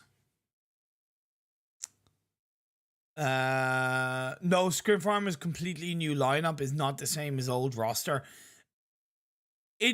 Yeah. I just remember Clown as well, and I try not to say like completely new unless I know factual information, I suppose.